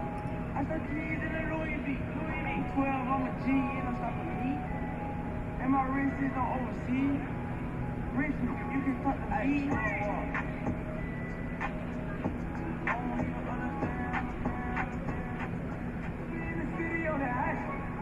Looking for a video and dash. Y'all ain't getting money, not this. I be running gloves, talking high shit. I do my monsters, Jackie Chan with it. I do my monsters, Jackie Chan with it. I do my monsters, Jackie Chan with it. I do my monsters, Jackie Chan with it. We in the city on that high shit. Looking for a video and dash. Y'all ain't getting money, not this. I be running gloves, talking high shit. I do my monsters, Jackie Chan with it.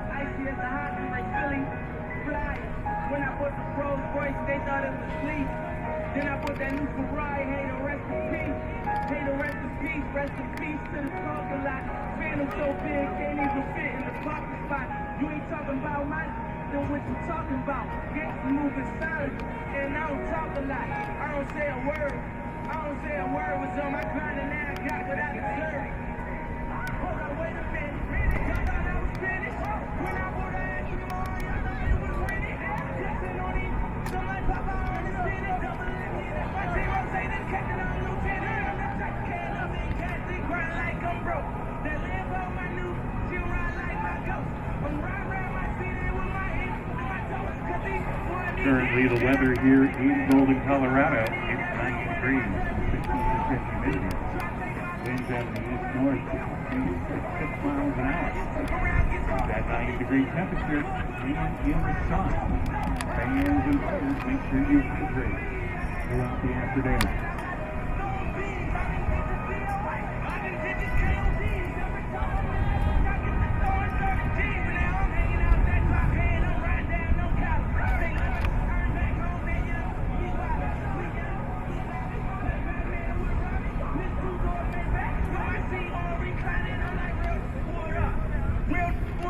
If you ain't about that murder game, then shut up. If you hit me in your rack, I get your pussy stuck up. When you touch down in my hood, no, that tour life ain't good. Cause me down in MIA, and then he came on wood. With that tour life, my feet, like that little engine I could. So I slide down in your block, like on 12 o'clock. And they be throwing deuces on the same, they watch. None of in my city, cause I'm still calling them shots. And these waves on that boy, the same, I'm the same. From first to the next, praise that lot. The same that came up and I had to wait for my shot. And these waiting on me, waiting on me. Still on their hood, my Rolls Royce truck. Going on me, so much for that, you'll break her name, yo, it's me. And when you see my touch, it's free. With the time, 40 ain't no to the key. Hold up, no fun, we're rich. Not a game like this, and if I leave, they don't pretty on. So still, there was something about that rolling when it first touched my wrist. Had me feeling like that dope boy when it first touched that wrist. I'm gone.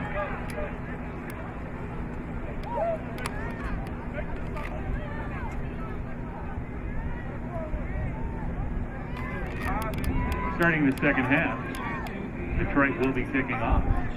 Set to kick number 33, Sarah Monte. Eight to receive for the slant. 7. Smith, 88. Welcome back to beautiful Golden, Colorado, on the campus of Colorado School of Mines. I'm Blake Olson along with Brian Sweeney, and this is the Women's Football Alliance Division II championship game. And Sarah Monti set to kick it away for Detroit, the Dark Angels, as they trail 20-0 against the St. Louis Slam, the undefeated and 10-0 favorite in this game. Monty, the left footer. It's a nice kickoff and at about the 20-yard line. And a hole right up the middle. Room to run and sprint to the 40, 50-yard line. They'll mark it at the 50-yard line. And that is Kiana Smith. Yeah, and this definitely is not the way Detroit wanted this game to be going, especially when you give up a touchdown late in the first half, literally 2 seconds left on the clock, and now right away to start the second half, St. Louis has the ball again. Jamie Gall, the quarterback for St. Louis, helped her team march down the field, quarterbacked her squad to 20 points in the lead. And Taylor Hay, the great running back, to her right. She's had a great afternoon, and she takes the handoff and tackled behind the line of scrimmage for a 1.5-yard loss. Tackle by number 87. And Michaela Hilton got back there quickly. Yeah, we talked about the great first half that Gall had, about 26 yards on the ground, a couple yards in the air, including a touchdown. And Detroit, they're gonna need to stop Gall and Price if they want to have an opportunity to come back here in this game. Boy, that's the truth. Nice leans one to watch as well. She split out to the right with Price and Gall. Hands off again, right up the middle. Maneuvering her way for a 5-yard gain is Hay again.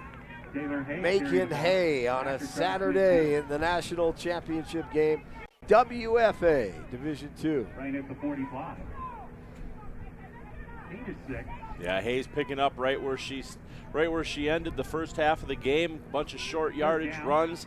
You know, that last drive she had a 5, a 6, a 3, a 2, an 8. You know, ultimately she punched it in for the touchdown there from 3 yards out. Get the score to where we're sitting at now, 20-0. Rodney Lacey communicates with his team, gets the play in there, and it's to Price around the right side. She'll cut upfield inside the 40-yard line to the 39. And the first down for the Slam. 7 yards there for Price, adds to her total for the day.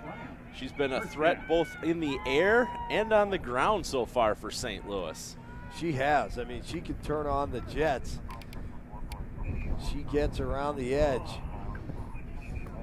and make you pay, and she has done that as a receiver and as a runner on those jet sweeps. 1st and 10, 12:53 to go in the third quarter. Gall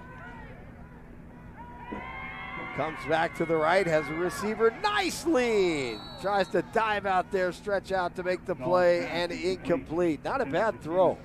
No, it was just into the fingertips of Neisling there. If she would have, another inch taller even, she would have been able to pull that ball in.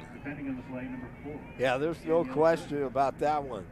Great coverage there by number 4, Danielle Curse for Detroit. Prevented Neisling from making that catch as well. Yeah, Curse has some really nice speed and anticipates well as the defensive back. And right now on 2nd and 10, Gall will hand off to Hay. She'll pick up about a yard. Hay on the carry. It's a contact by number 3. Jackie Bennington in there. Jackie Bennington. Well, you see Jackie Bennington like I did at a meeting yesterday, a team meeting that KT, Keith Thomas, had. And you look at her and you're like, wow, now this is one person you don't want to run through you. She just looks like a football player. 12 minutes to play. Gall, right side, going deep, has Price at the 10-5, touchdown! Price is right again. 38-yard touchdown reception for Price there. Just increases St. Louis's dominance in this game. Beautiful play. Gall once again. And look at that route. Price.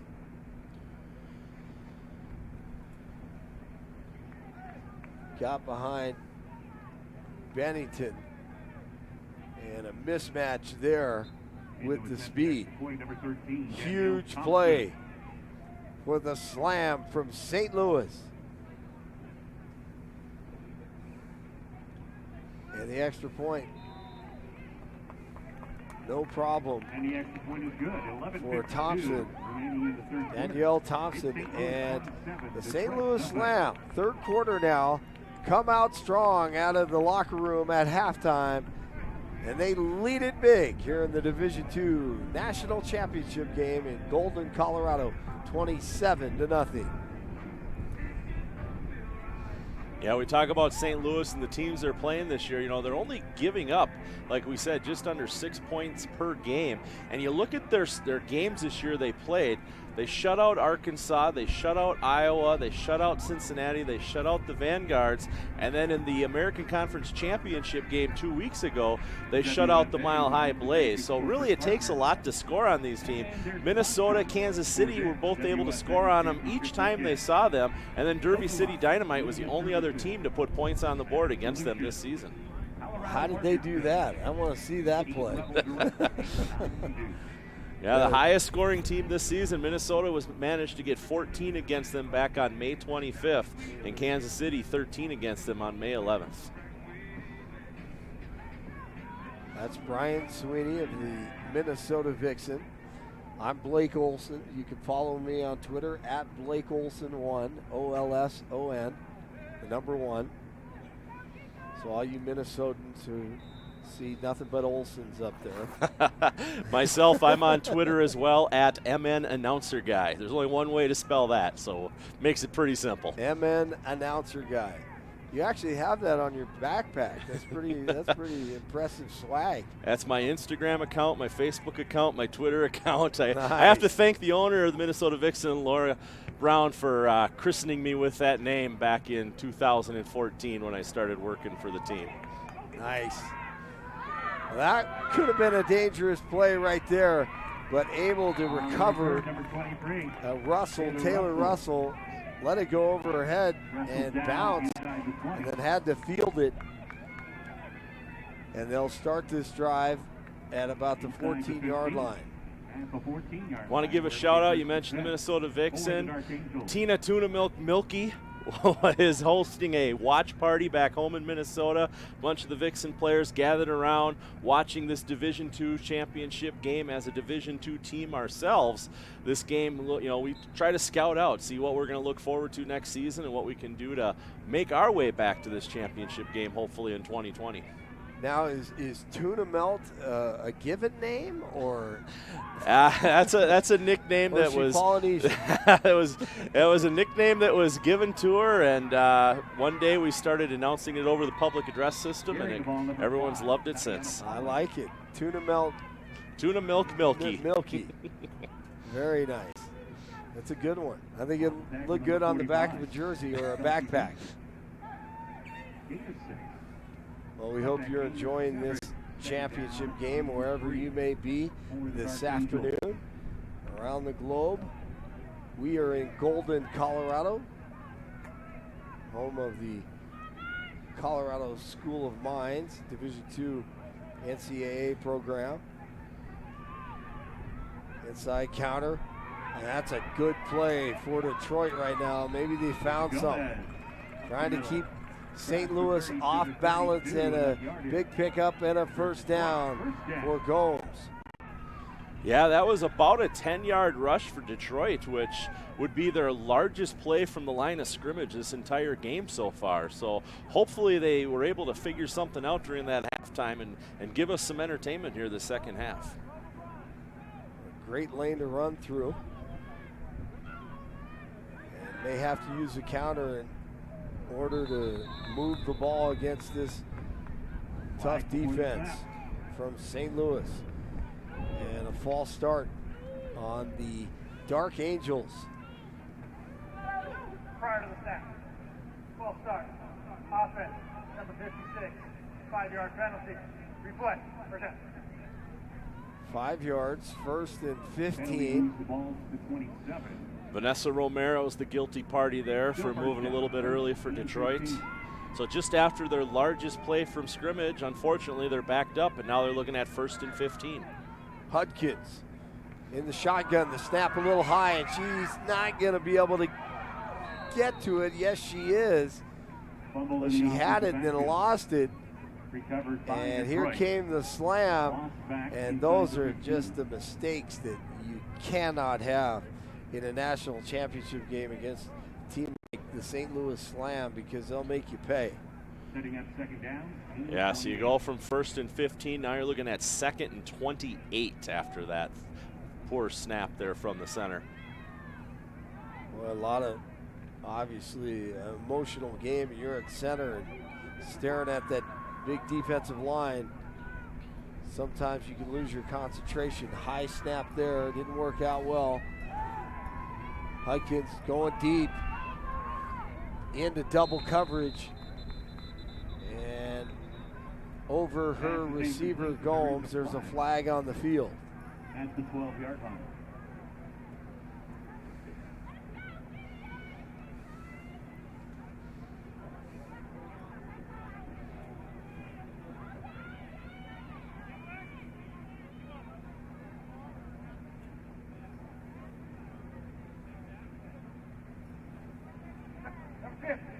First I saw a holding call, and then shot to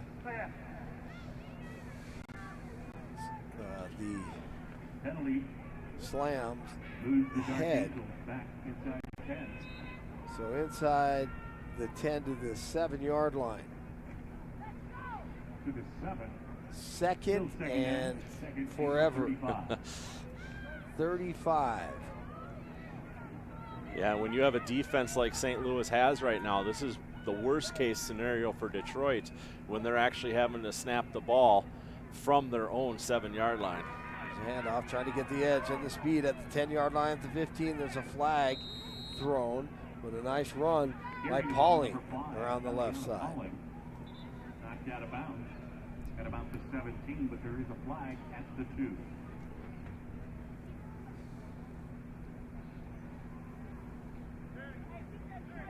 the hold on Detroit, unfortunately, after that run. Holding. Offense. 78. Pass. Staying out.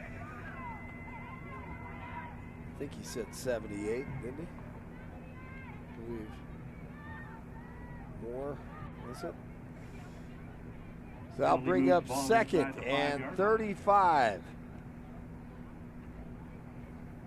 for Maggie Hudkins. Down to 3.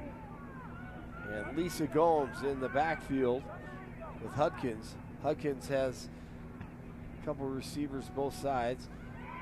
She rolls to her left, and that one's going to be way off. Intended for Vashonda Tansey, incomplete. Yeah, and Detroit's really putting themselves behind the proverbial 8-ball here as mental miscues from the false start to the unnecessary penalties for the holding and the personal fouls got them pushing back and back, and they're looking at 3rd and 38 from their own, looks like about 4-yard line here. So they're not going to be wanting to punt because in this situation they're going to be punting from the back of their end zone, so they have to get something here to move the ball further upfield and give their defense a chance. Hudkins in the end zone, gets rid of it, into double coverage and tipped up in the air, and a great opportunity for an interception. Tori Davis, but she just batted it away. I believe that was Davis. I'll have to look at it here. And boy, she could have caught that one, took it to the house with 8:45. But a nice job on defense. 8:45 to go here in the third quarter. St. Louis leading 27-0. Set to punt for the Dark Angels. Yeah, and St. Louis is going to end up with their best starting field position of the game so far after this punt, in a game that they're already dominating on both the offensive and the defensive side of the ball. Yeah, that's almost a freebie, and this punt is ricocheted. It bounces off 2 players, one from St. Louis, one from Detroit, I believe. Somehow, some way gets the punt downfield. That could have been even worse for Detroit. Yeah, and that's definitely 3 minutes that Detroit wishes they wouldn't have had to play, because what they started off with good field position there, they did nothing but go backwards on that possession of the ball.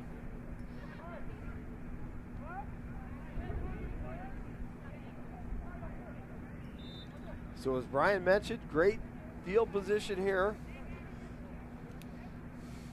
for St. Louis. The Slam trying to stay undefeated and win their 3rd national championship in basically 4 tries. In the last 4 tries. Stretching it out, right side. Watkins inside the 30. Stop by number 87. Hilton on the tackle again. She's a really impressive defensive player. She's been flying around, scraping, and really playing hard-nosed football up front. 8:04 to go in the third quarter.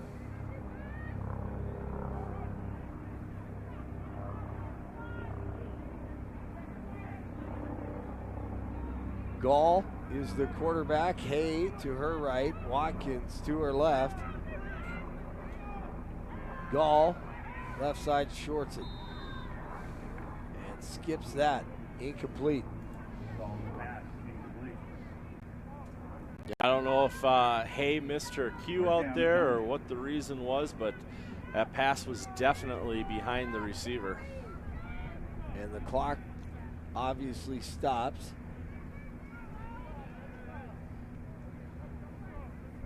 Incomplete, 27-0. St. Louis, 3rd and 9.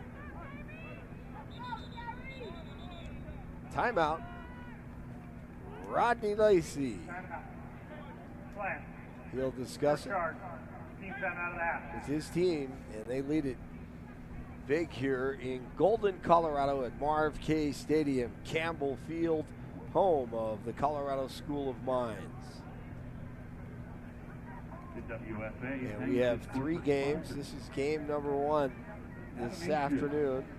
And this evening, the All-American game is coming up right after this one. And hopefully they'll be warming up over there so the players are ready to play right after this one is finished. Yeah, they actually started. No, I can't speak for the National Conference, but I know the American Conference, they started their warm-ups for the All-American game at 12:45 Mountain Time here. So they're a little over an hour into their warm-ups. I'm surprised they started so early, to be honest with you. I would have waited till the second half started of this game myself. Early. Wow. Well, Detroit was here at the stadium 3 hours before game time. Actually, about almost 3.5. They knew they would have a challenge today against the St. Louis Slam. Leading big. Gall is the quarterback. And Hay is to her left. Back to pass, dumps it off, and hits the 0 at the 30-yard line. Incomplete. It'll be 4th and 9. And there is a penalty. No foul for intentional grounding. Is the ball caught on the line? Well, they discussed intentional grounding, but opted not to call that. 4th down. Yeah, for the people at home that don't, regularly watch the Women's Football Alliance, they're actually playing a modified version of the NCAA rules. So Nicely set to attempt a 46-yarder. Second charge. And she can hit this thing. It's not going to be easy, but she definitely has the leg. yeah, we were watching her before the game kicking 50-yard field goals in practice, and this one here, I can't see where the down marker is right now, but she's going to be looking at about a 45-yard field goal, give or take a yard, and depending upon her coverage from her line, I see no reason why Nightsling won't put this up through the uprights. Well, the wind is blowing into her, but there's no doubt she can hit this thing. She gets a hold of it right, and looks like it'll be a 46-yard attempt. The ball will be spotted at the 36, number 3, Kaylee Kaylee Nicely. Nicely, the outstanding athlete for St. Louis. Try a 46-yarder. She gets a hold of it well, and this one is short and to the left. Looked like she may have had enough, but no good. And Detroit will try to put some more, or actually put their first points on the scoreboard this afternoon. They want to try to get something going on offense. Yeah, considering, Detroit ended up punting that time from their end zone, gave St. Louis great field position starting at the 30-yard line, and then came away with 0 points. Detroit really can breathe a sigh of relief here that their defense stepped up in that possession and forced St. Louis to go for a field goal after 1 rushing and 2 pass attempts that both fell incomplete.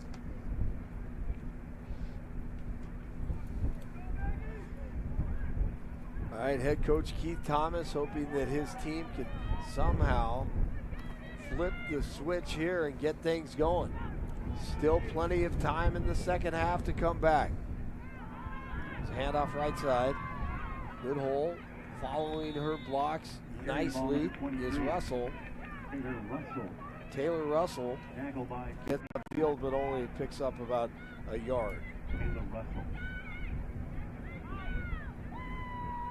Second down for the Detroit Dark Angels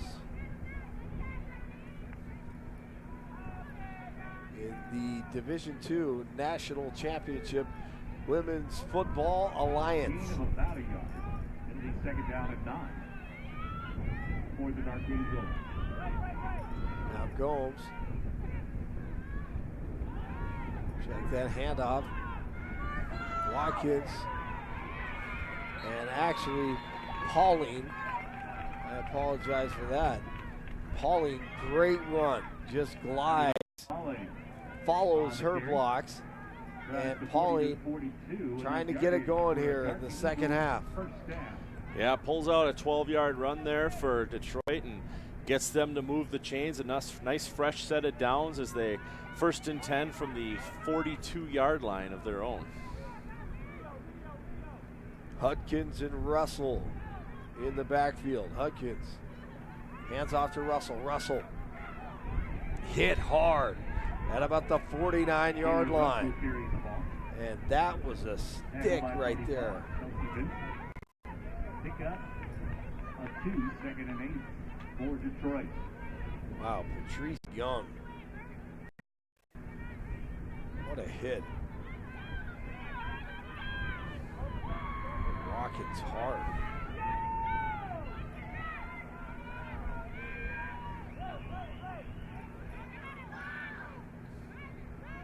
Watkins handoff once again. Inside, room to run, but you see the flag thrown in there. There's a flag at about the 40-yard line.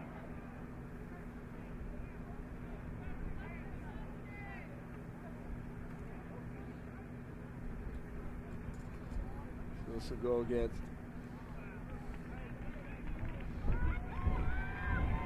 Detroit. A shot to the head. And a 1st down after that personal foul. 15-yard penalty moves the ball. Not sure who committed it, but hey, Detroit will take that as St. Louis commits the foul. 1st down now. Down to 38. 38 Detroit of St. Louis.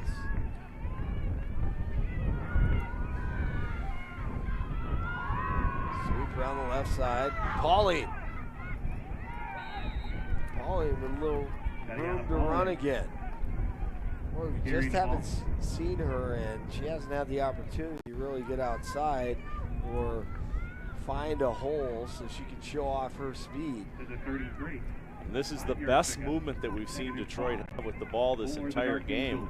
I mean, granted, you picked up 15 yards on the personal foul there, but you know, we've already got Pauling with 17 yards of rushing on this possession, and Detroit's moving the ball into the St. Louis territory, hoping to get something on the scoreboard. That's right. Hudkins hands off once again, right side. Russell gets up to the 30-yard line. She is met by 2 or 3 slam players. Russell.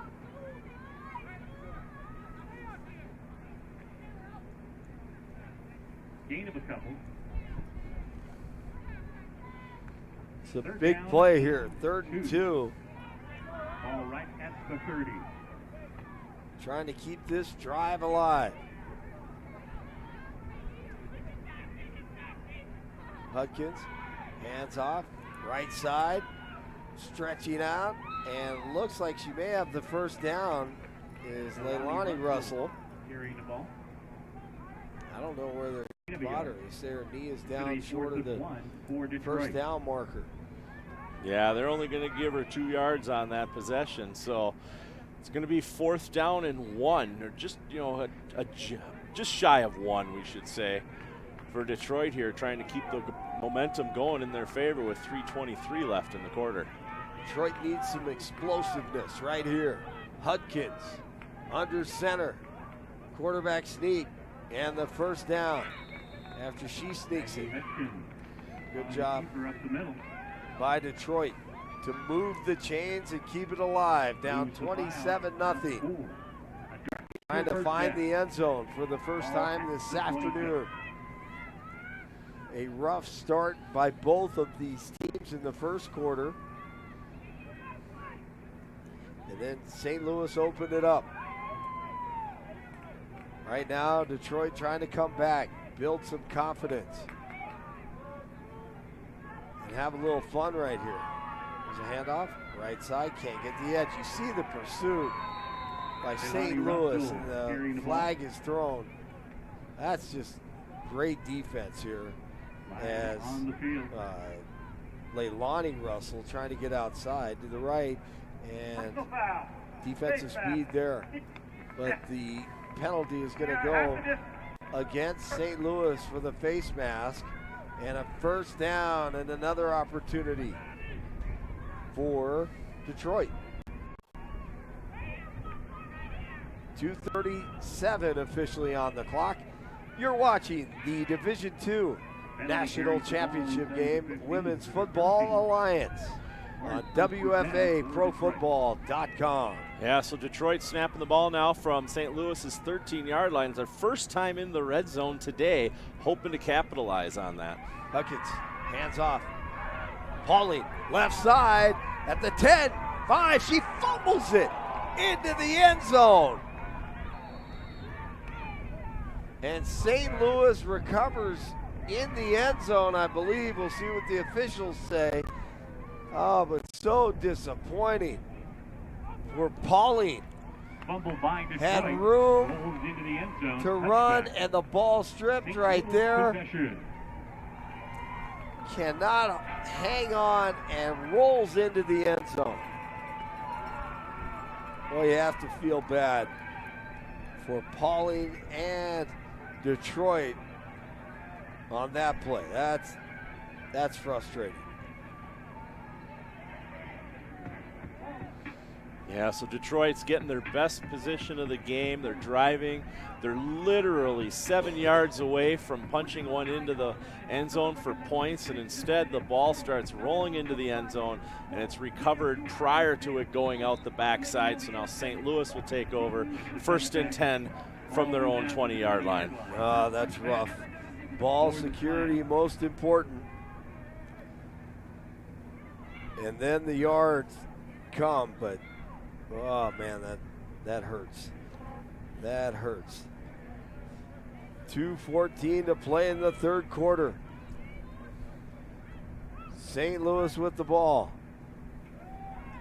Slant over the middle, has a receiver. Good look. Nice lane to throw to, and the completion to Chelsea Clay. And Gall does a nice job there on that slant. To the 26. 2nd and 4.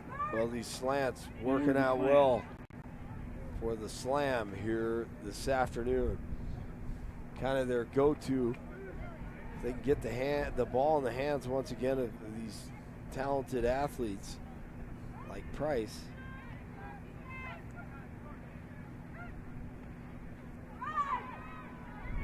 Quick handoff and up the middle. Pickup of maybe 1 yard for the Slam.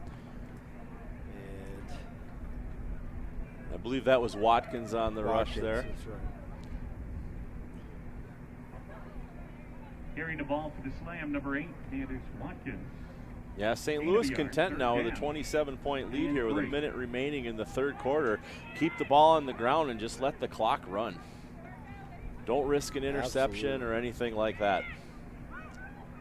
No question. Here's Gall on 3rd down. Left side and too far left. Proving me wrong. Believe me, last night I thought they may run, Orlando may run the ball at least maybe, I don't know, 5 times in the second half. That didn't happen. Proved me wrong. So nicely, we'll go back to punt. Attempt to punt here. Back to punt, number 3. Leilani Russell. 4th down for the Slam. Back to return it at about the 35-yard line.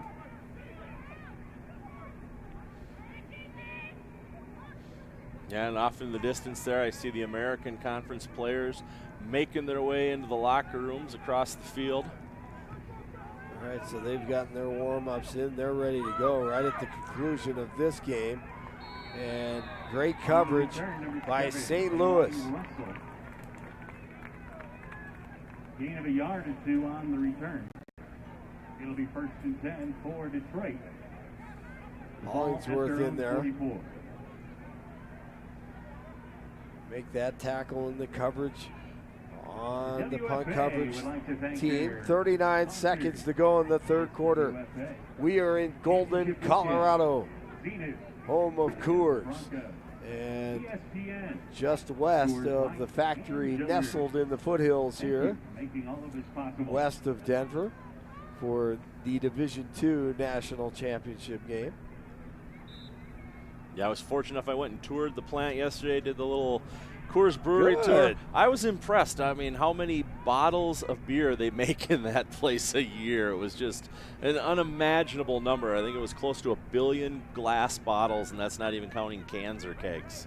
Sounds like you have a song there somewhere. How many bottles of beer on the wall? Right side, and then up the middle.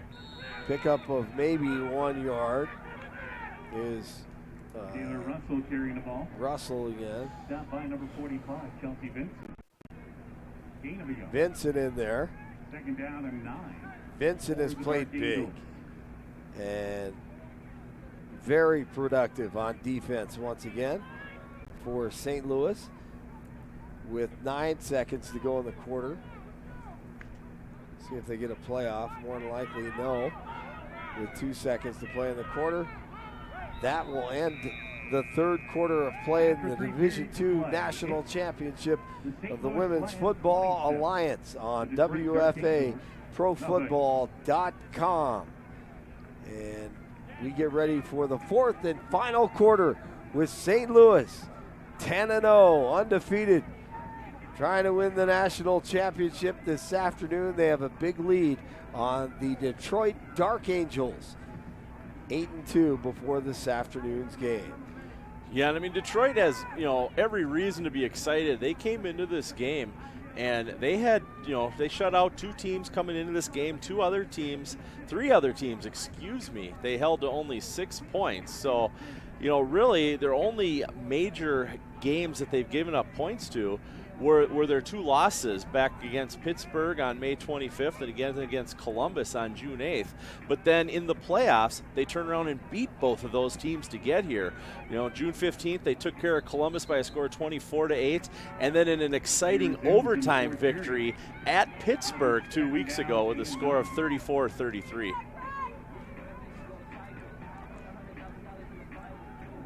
So we're set to start the fourth quarter of play. 2nd and 9 for Detroit. 2nd and 9 for the Dark Angels.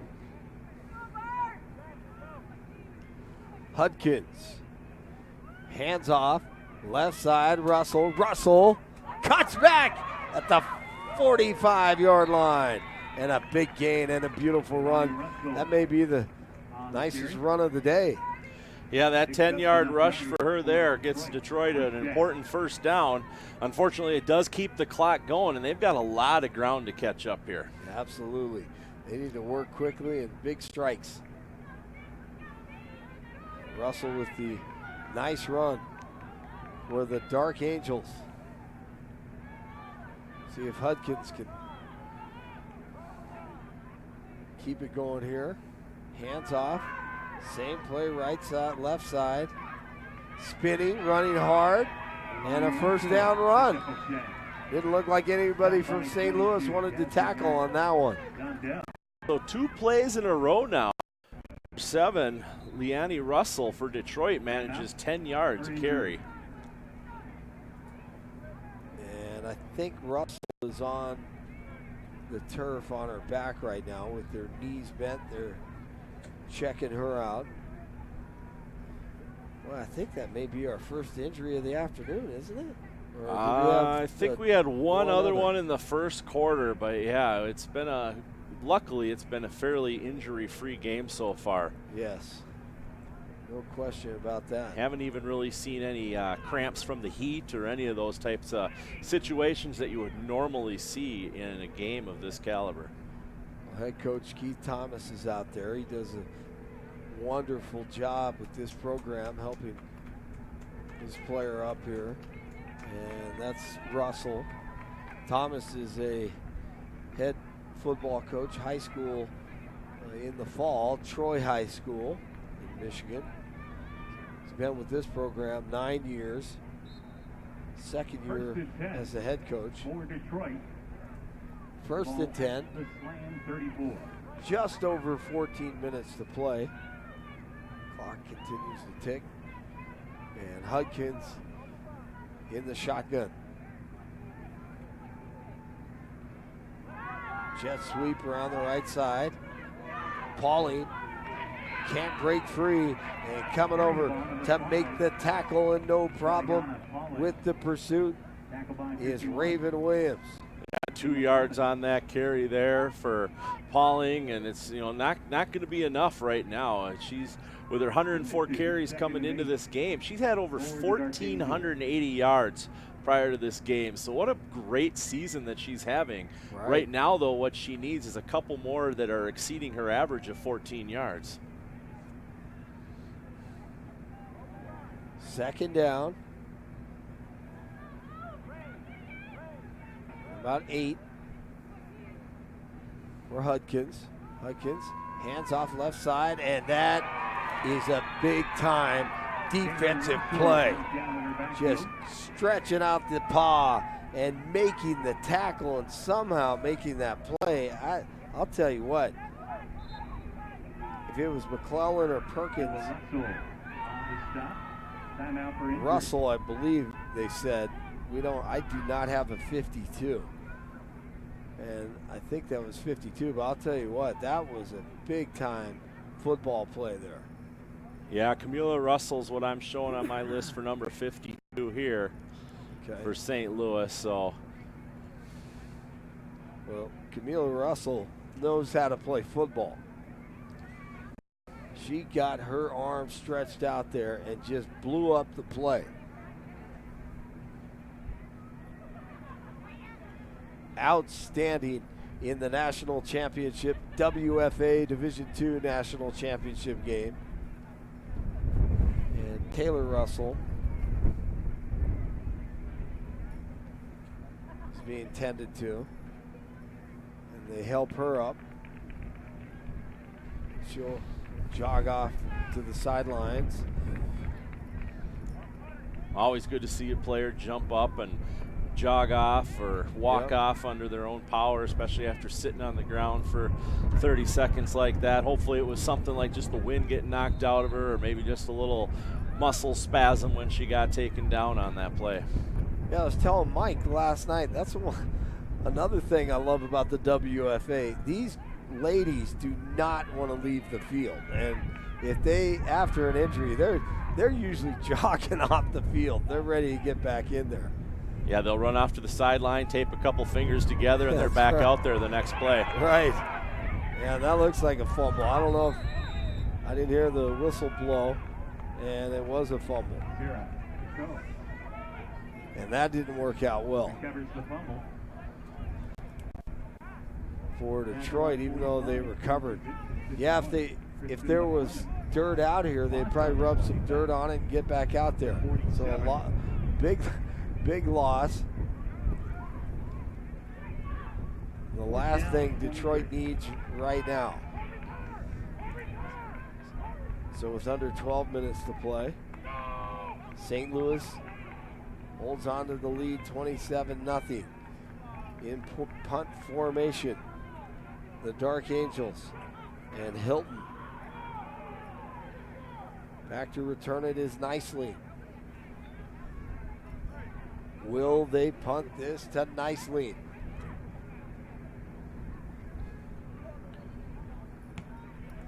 They do. Nicely.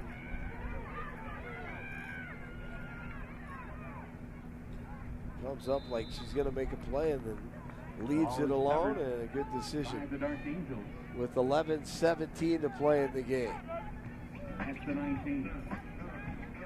We're glad you joined us on WFAProFootball.com for the Division II National Championship game in the Women's Football Alliance here in Golden, Colorado at the Colorado School of Mines. Once again, the Division I Championship game coming up at 8 o'clock, and you'll have that one.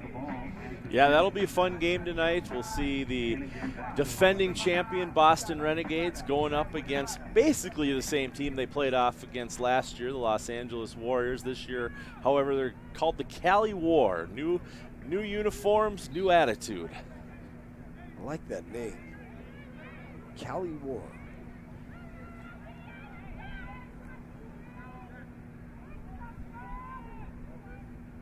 St. Louis with the ball. Gall. And incomplete. Pass is incomplete. Second down. You know, that little shovel pass attempt there to Hay would be probably the first mistake on offense that we've seen St. Louis make today. So don't know if it was a communications issue, if maybe Hay was expecting a handoff or something instead of the shovel, but luckily it falls incomplete, and 2nd and 10. Sure looked like it. Did look like a communication issue. Definitely not on the right page. Here's Gall. Oh my God. Flag before the snap. Prior to the snap. Delay a game. So delay a game Offense, number 4. on the slam, trying to get it together here. 5-yard penalty. They would like to finish strong, Moves the ball leading back to 27 to nothing, the 14. and at the same time Second trying down, to stay 10, focused 15. here with a big lead like Forward that in the flank. national championship. You tend to start celebrating and join your teammates on the sideline celebrating, and they've got to keep on playing hard. Ball Incomplete pass, pass intended receiver intended number for 3. Nicely, Newsland. It's second down at 15. and that'll bring up 2nd and 15.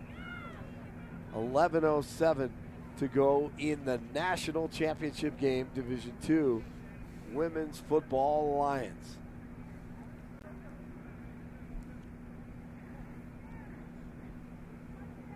Third down, 15.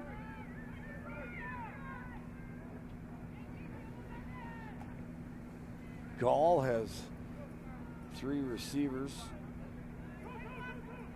And At she's the got numbers. no time left. Oh, Did they call a timeout? I think they did. yep. So a little herky-jerky Timeout. St. Louis. pattern going on here. For In St. the Louis, fourth that's quarter. their final timeout of the game. So with a 27-0 lead, they have to feel pretty good about where they are. However, they don't want to give Detroit any life here in this championship game for the WFA. Thanks to Damon Blick on the roof this afternoon, camera 1. Mike Harity, producing and directing, Localized Media, LOCLYZ, your live stream leader in the Rocky Mountain West, Localized Media.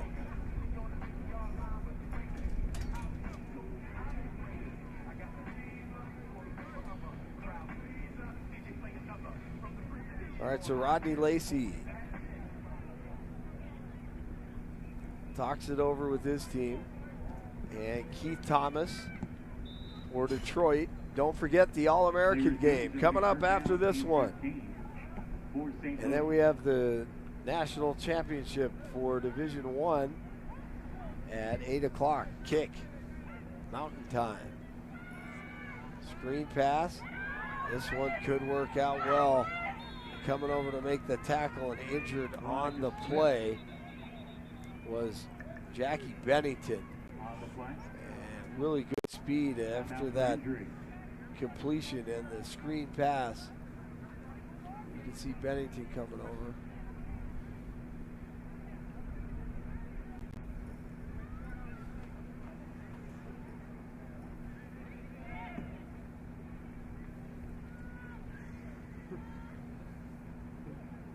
Actually, I don't think that is Bennington.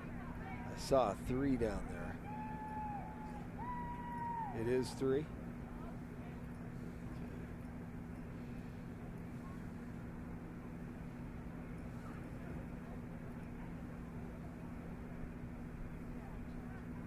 Yeah, I see a 3, and then I thought I saw another number. So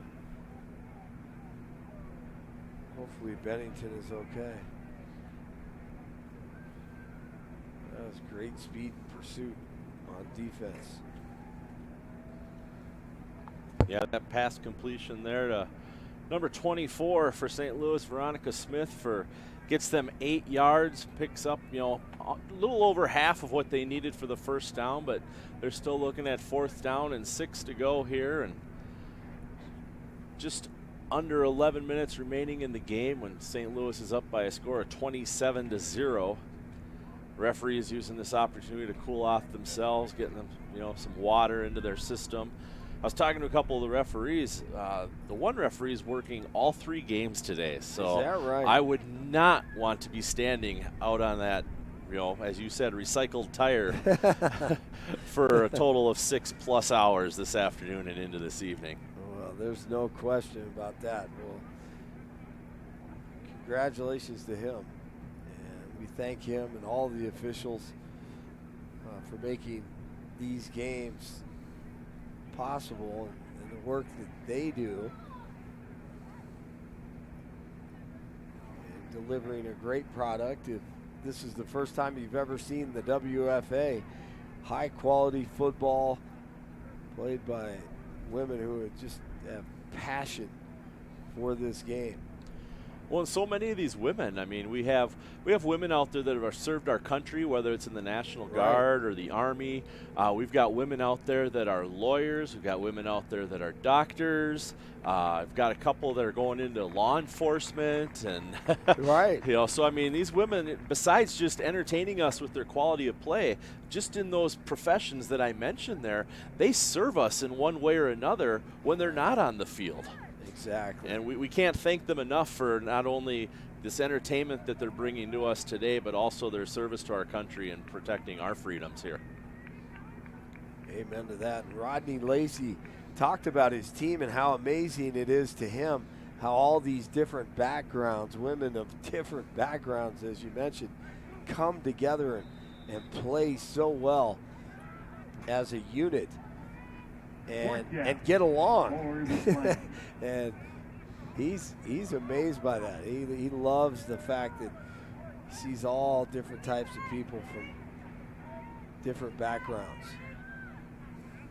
Nicely gets this punt away, gets a good bounce, and this may be one of the better punts you'll ever see. This one's still rolling inside the 5 to the 4-yard line.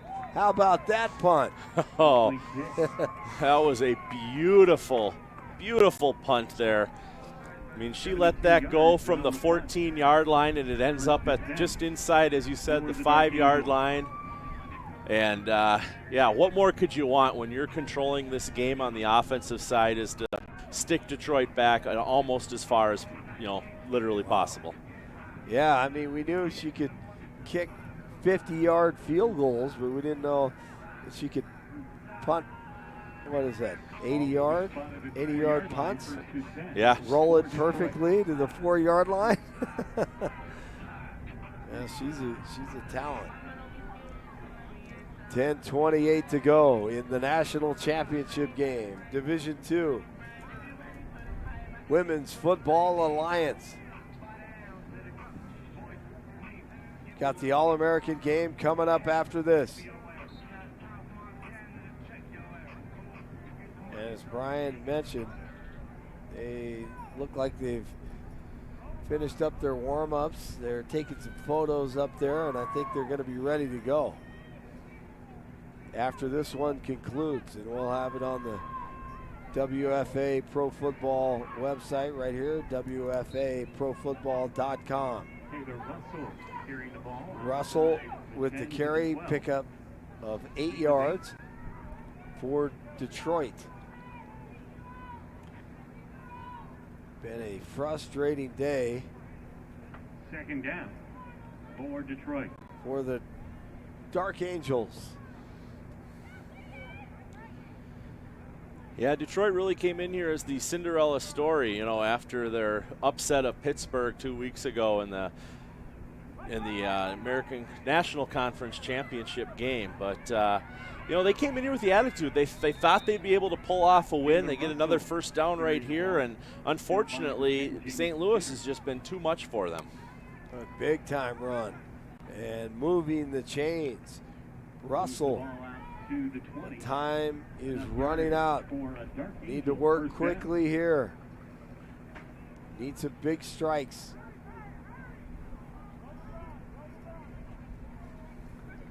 But they have been a Cinderella story, as you mentioned. Brian, that Pittsburgh team, we know how good they are. And trying to make her way outside to the right, get the edge, not able to do it. Leilani Russell. Stop by number 10, Jamie Skinner. Skinner there to make the tackle. Gain of a yard.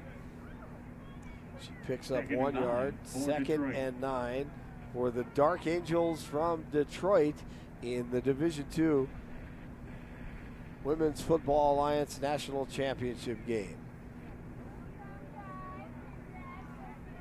Hudkins, the quarterback. See if she can find one of her athletes here. Or will she hand it off to Poling in the backfield? Or Gomes. And she'll roll out.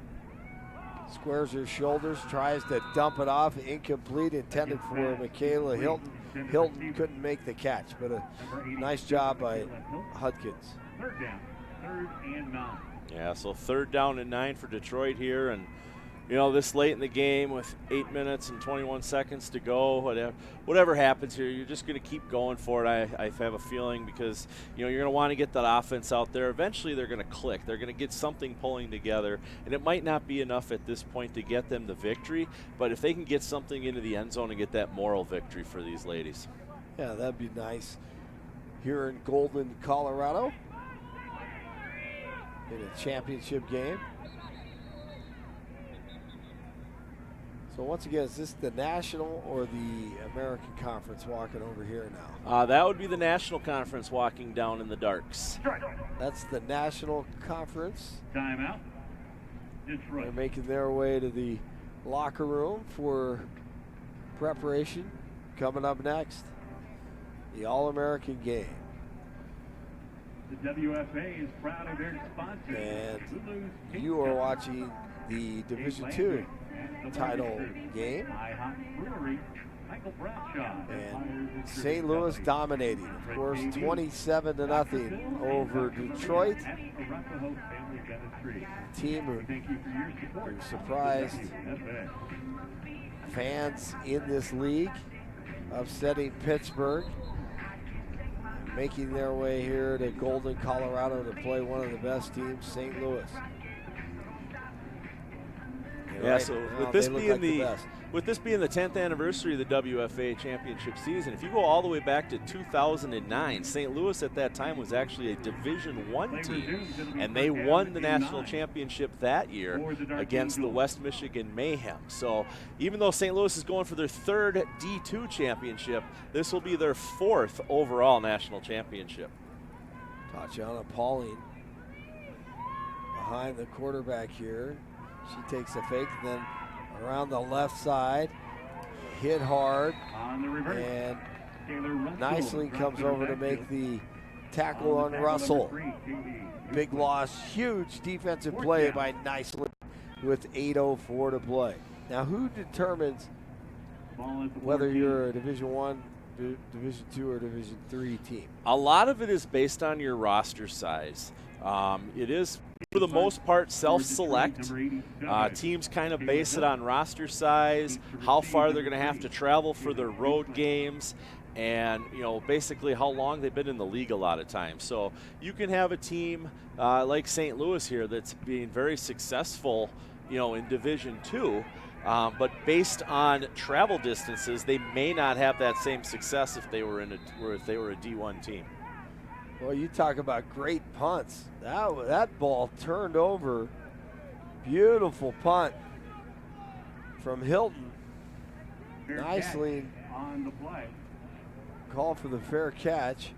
Ball was and at the 25. Fielded it at about the 25-yard line. 7:26 to go. Now, typically, the Division II teams, more times than not, defeat the Division I teams when they do play during the regular season. You know, it's quite often that is the case. I mean, St. Louis beat Kansas City this year, which Kansas City's a D1 team. Minnesota also beat Kansas City this year, which is a D1 team. And a lot of it just has to do with the way they practice. I mean, you know, a lot of these teams, I was talking to one of the owners last night who went in and played Nevada Storm, and their players went in there thinking, okay, we're D1, we're playing a D3 team. This is going to be an easy victory for us. And then they almost didn't come out of there with the win. So, you know, your mindset plays a lot of it too. Yep. Well, that makes sense. You're watching the Division II championship game, and Candace Watkins takes it around the left side. 6-yard gain with 7:05 to play here, and St. Louis trying to finish this strong to win their 3rd championship since 2016. Winners in 2016 and 2017 in Division II. Quick throw over the middle, caught, connected, first down. Price once again. Good job. Nice pass from Gall. And the slam moving the chains again. Yeah, and St. Louis has 0 timeouts left themselves. Not like they need to call a timeout for anything at this point in the game. If there's communication problems, they're not going to be hurting themselves by taking a delay of game or anything like that. Detroit with 2 timeouts left. We'll see if they decide to use one here or not still. Come back to Niceline, and Niceline is hit hard and thrown to the turf. Across the 40 to the 42.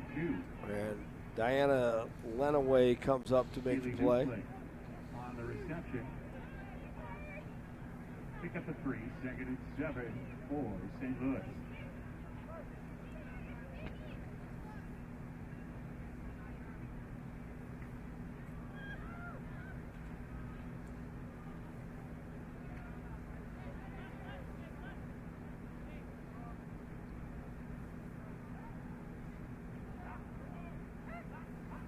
Gall looks to her left, has a receiver deep. Nicely hauls it in.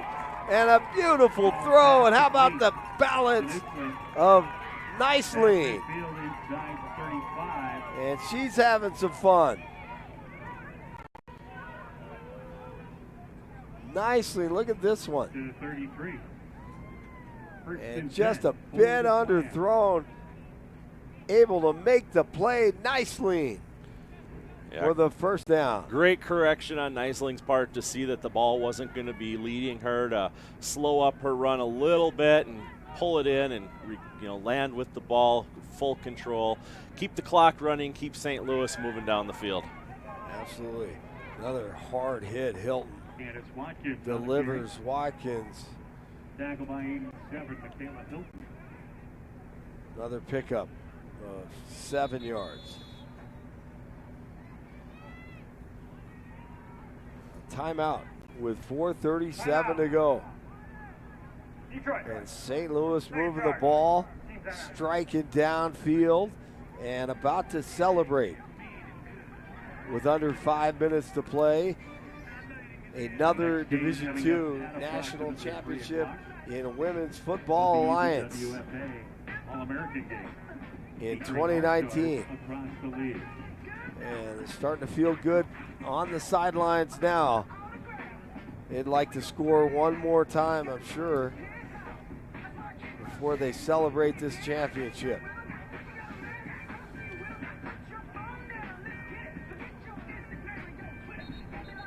The Gall has been great, along with Hay. And Niceline, of course, you just saw that catch. And Danielle Price, of course. Yeah, between Price's 67-yard reception earlier and now Niceling with this 28-yard reception, just those two receivers alone have more total yardage than the entire Detroit offense has this game. Wow. Interesting. Well, Detroit knew this would be a very difficult team to knock off, and you can see why. Here's Gall, here's the handoff, trying to bounce out. And Watkins with the carry and the first down. Carrying the ball. See how they mark it. Yep, they're giving her the first down on that. That 3 yards was enough to move the sticks another time for St. Louis. Yep. First and 10. 4:20 to go in the game. Women's Football Alliance. Ball at Division II National Championship, the St. Louis Slam will be upping their record to 11-0, undefeated, and a false start on Watkins and the Slam. False start. The All-American game is coming up. 5-yard It's penalty. been a great season for the Detroit Dark Angels, and they've had a lot of fun and some great memories created this season under Keith Thomas in his second year. Still first down.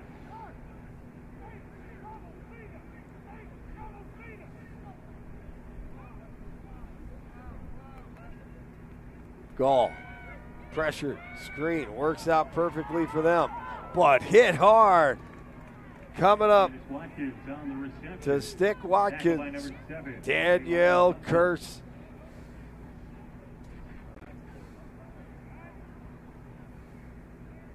Nice hit. Danielle Kurtz. Good football play by Kurtz. 3:15 officially on the clock. A reminder that the Division I championship game coming up at 8 o'clock on ESPN 3. Brian will be doing that one.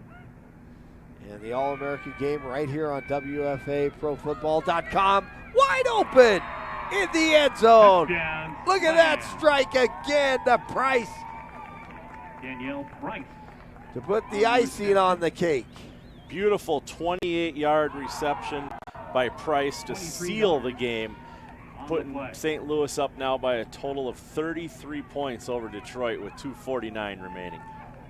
Gorgeous pass from Gall to Price. 2:49 officially on the clock.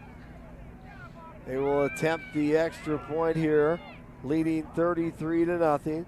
Extra point number 13, Danielle Thompson. Thompson will try to split the uprights. That was a great play. Excellent footwork and delivery from Gall to Price. Beautiful pass. And sweet catch.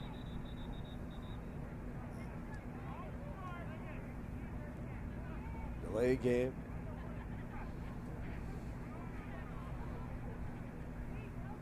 St. Louis. So any predictions for the All-American game? As an employee of the American Conference, I'd like to see them win. However, they have yet to win the All-American game.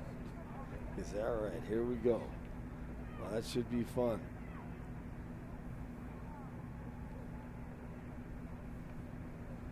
And we'll have it for you. This extra point is good. Any extra point is good. And they're good in all phases of this sport. Detroit, nothing. And they are celebrating now. And a class organization, St. Louis Slam. They keep their heads and they work as a unit, and that's what Rodney Lacey loves about this team. Just very coachable. And great to work with. As nicely we'll get ready to kick it off. 2:49 to play in this national championship game from Golden, Colorado, on the campus of the Colorado School of Mines at Marv K Stadium. Marv K was a legend here. I mean, he did it all. He was head football coach, athletic director, wrestler, football player. He was mayor of Golden, city council member. I mean, it was his dream to have this facility, and he is thought of as just one of the great individuals in all facets of life. Marv K.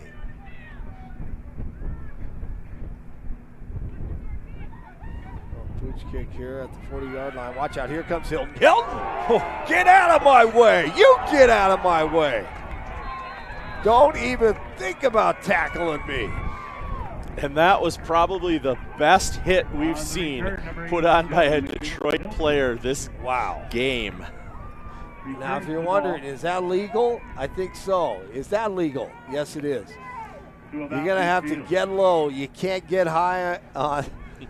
If you're trying to tackle Hilton, you got to get low. No, all Hilton did was lean down a little bit with her shoulders, and that was shoulder-to-shoulder contact. Perfectly legal, beautiful hits.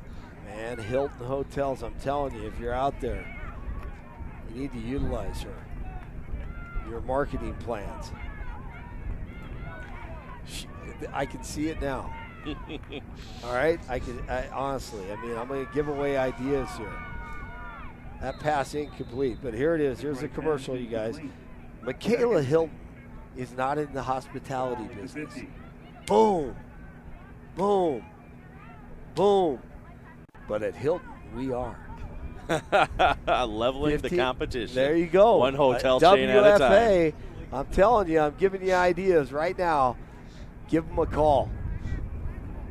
Watch, Hilton Hotels will be the title sponsor of the games next year.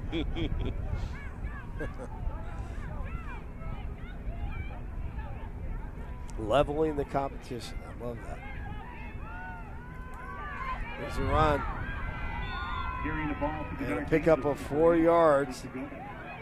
Gomes, once again, he is tackled at the 46-yard line. And just over 2 minutes to play. And I think this game was decided in the second quarter after looking back at it. Some big strikes when they needed them. And complete, beautiful pass. And a strike over the middle. Pass is complete. Leilani Russell from Hudkins. Hudkins, good look and delivery. See if they can get in the end zone in this championship game. Nice 21-yard reception there. Keep the ball moving for Detroit, hoping to still get on that scoreboard and prevent the shutout.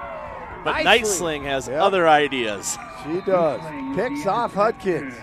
And Nightsling throws the ball up in the air. Picked off. And that will do it.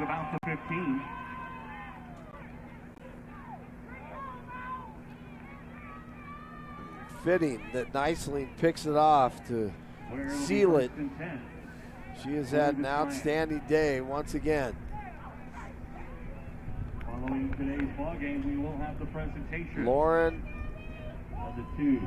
Kaylee, check that. Kaylee Nightsling, a national champion.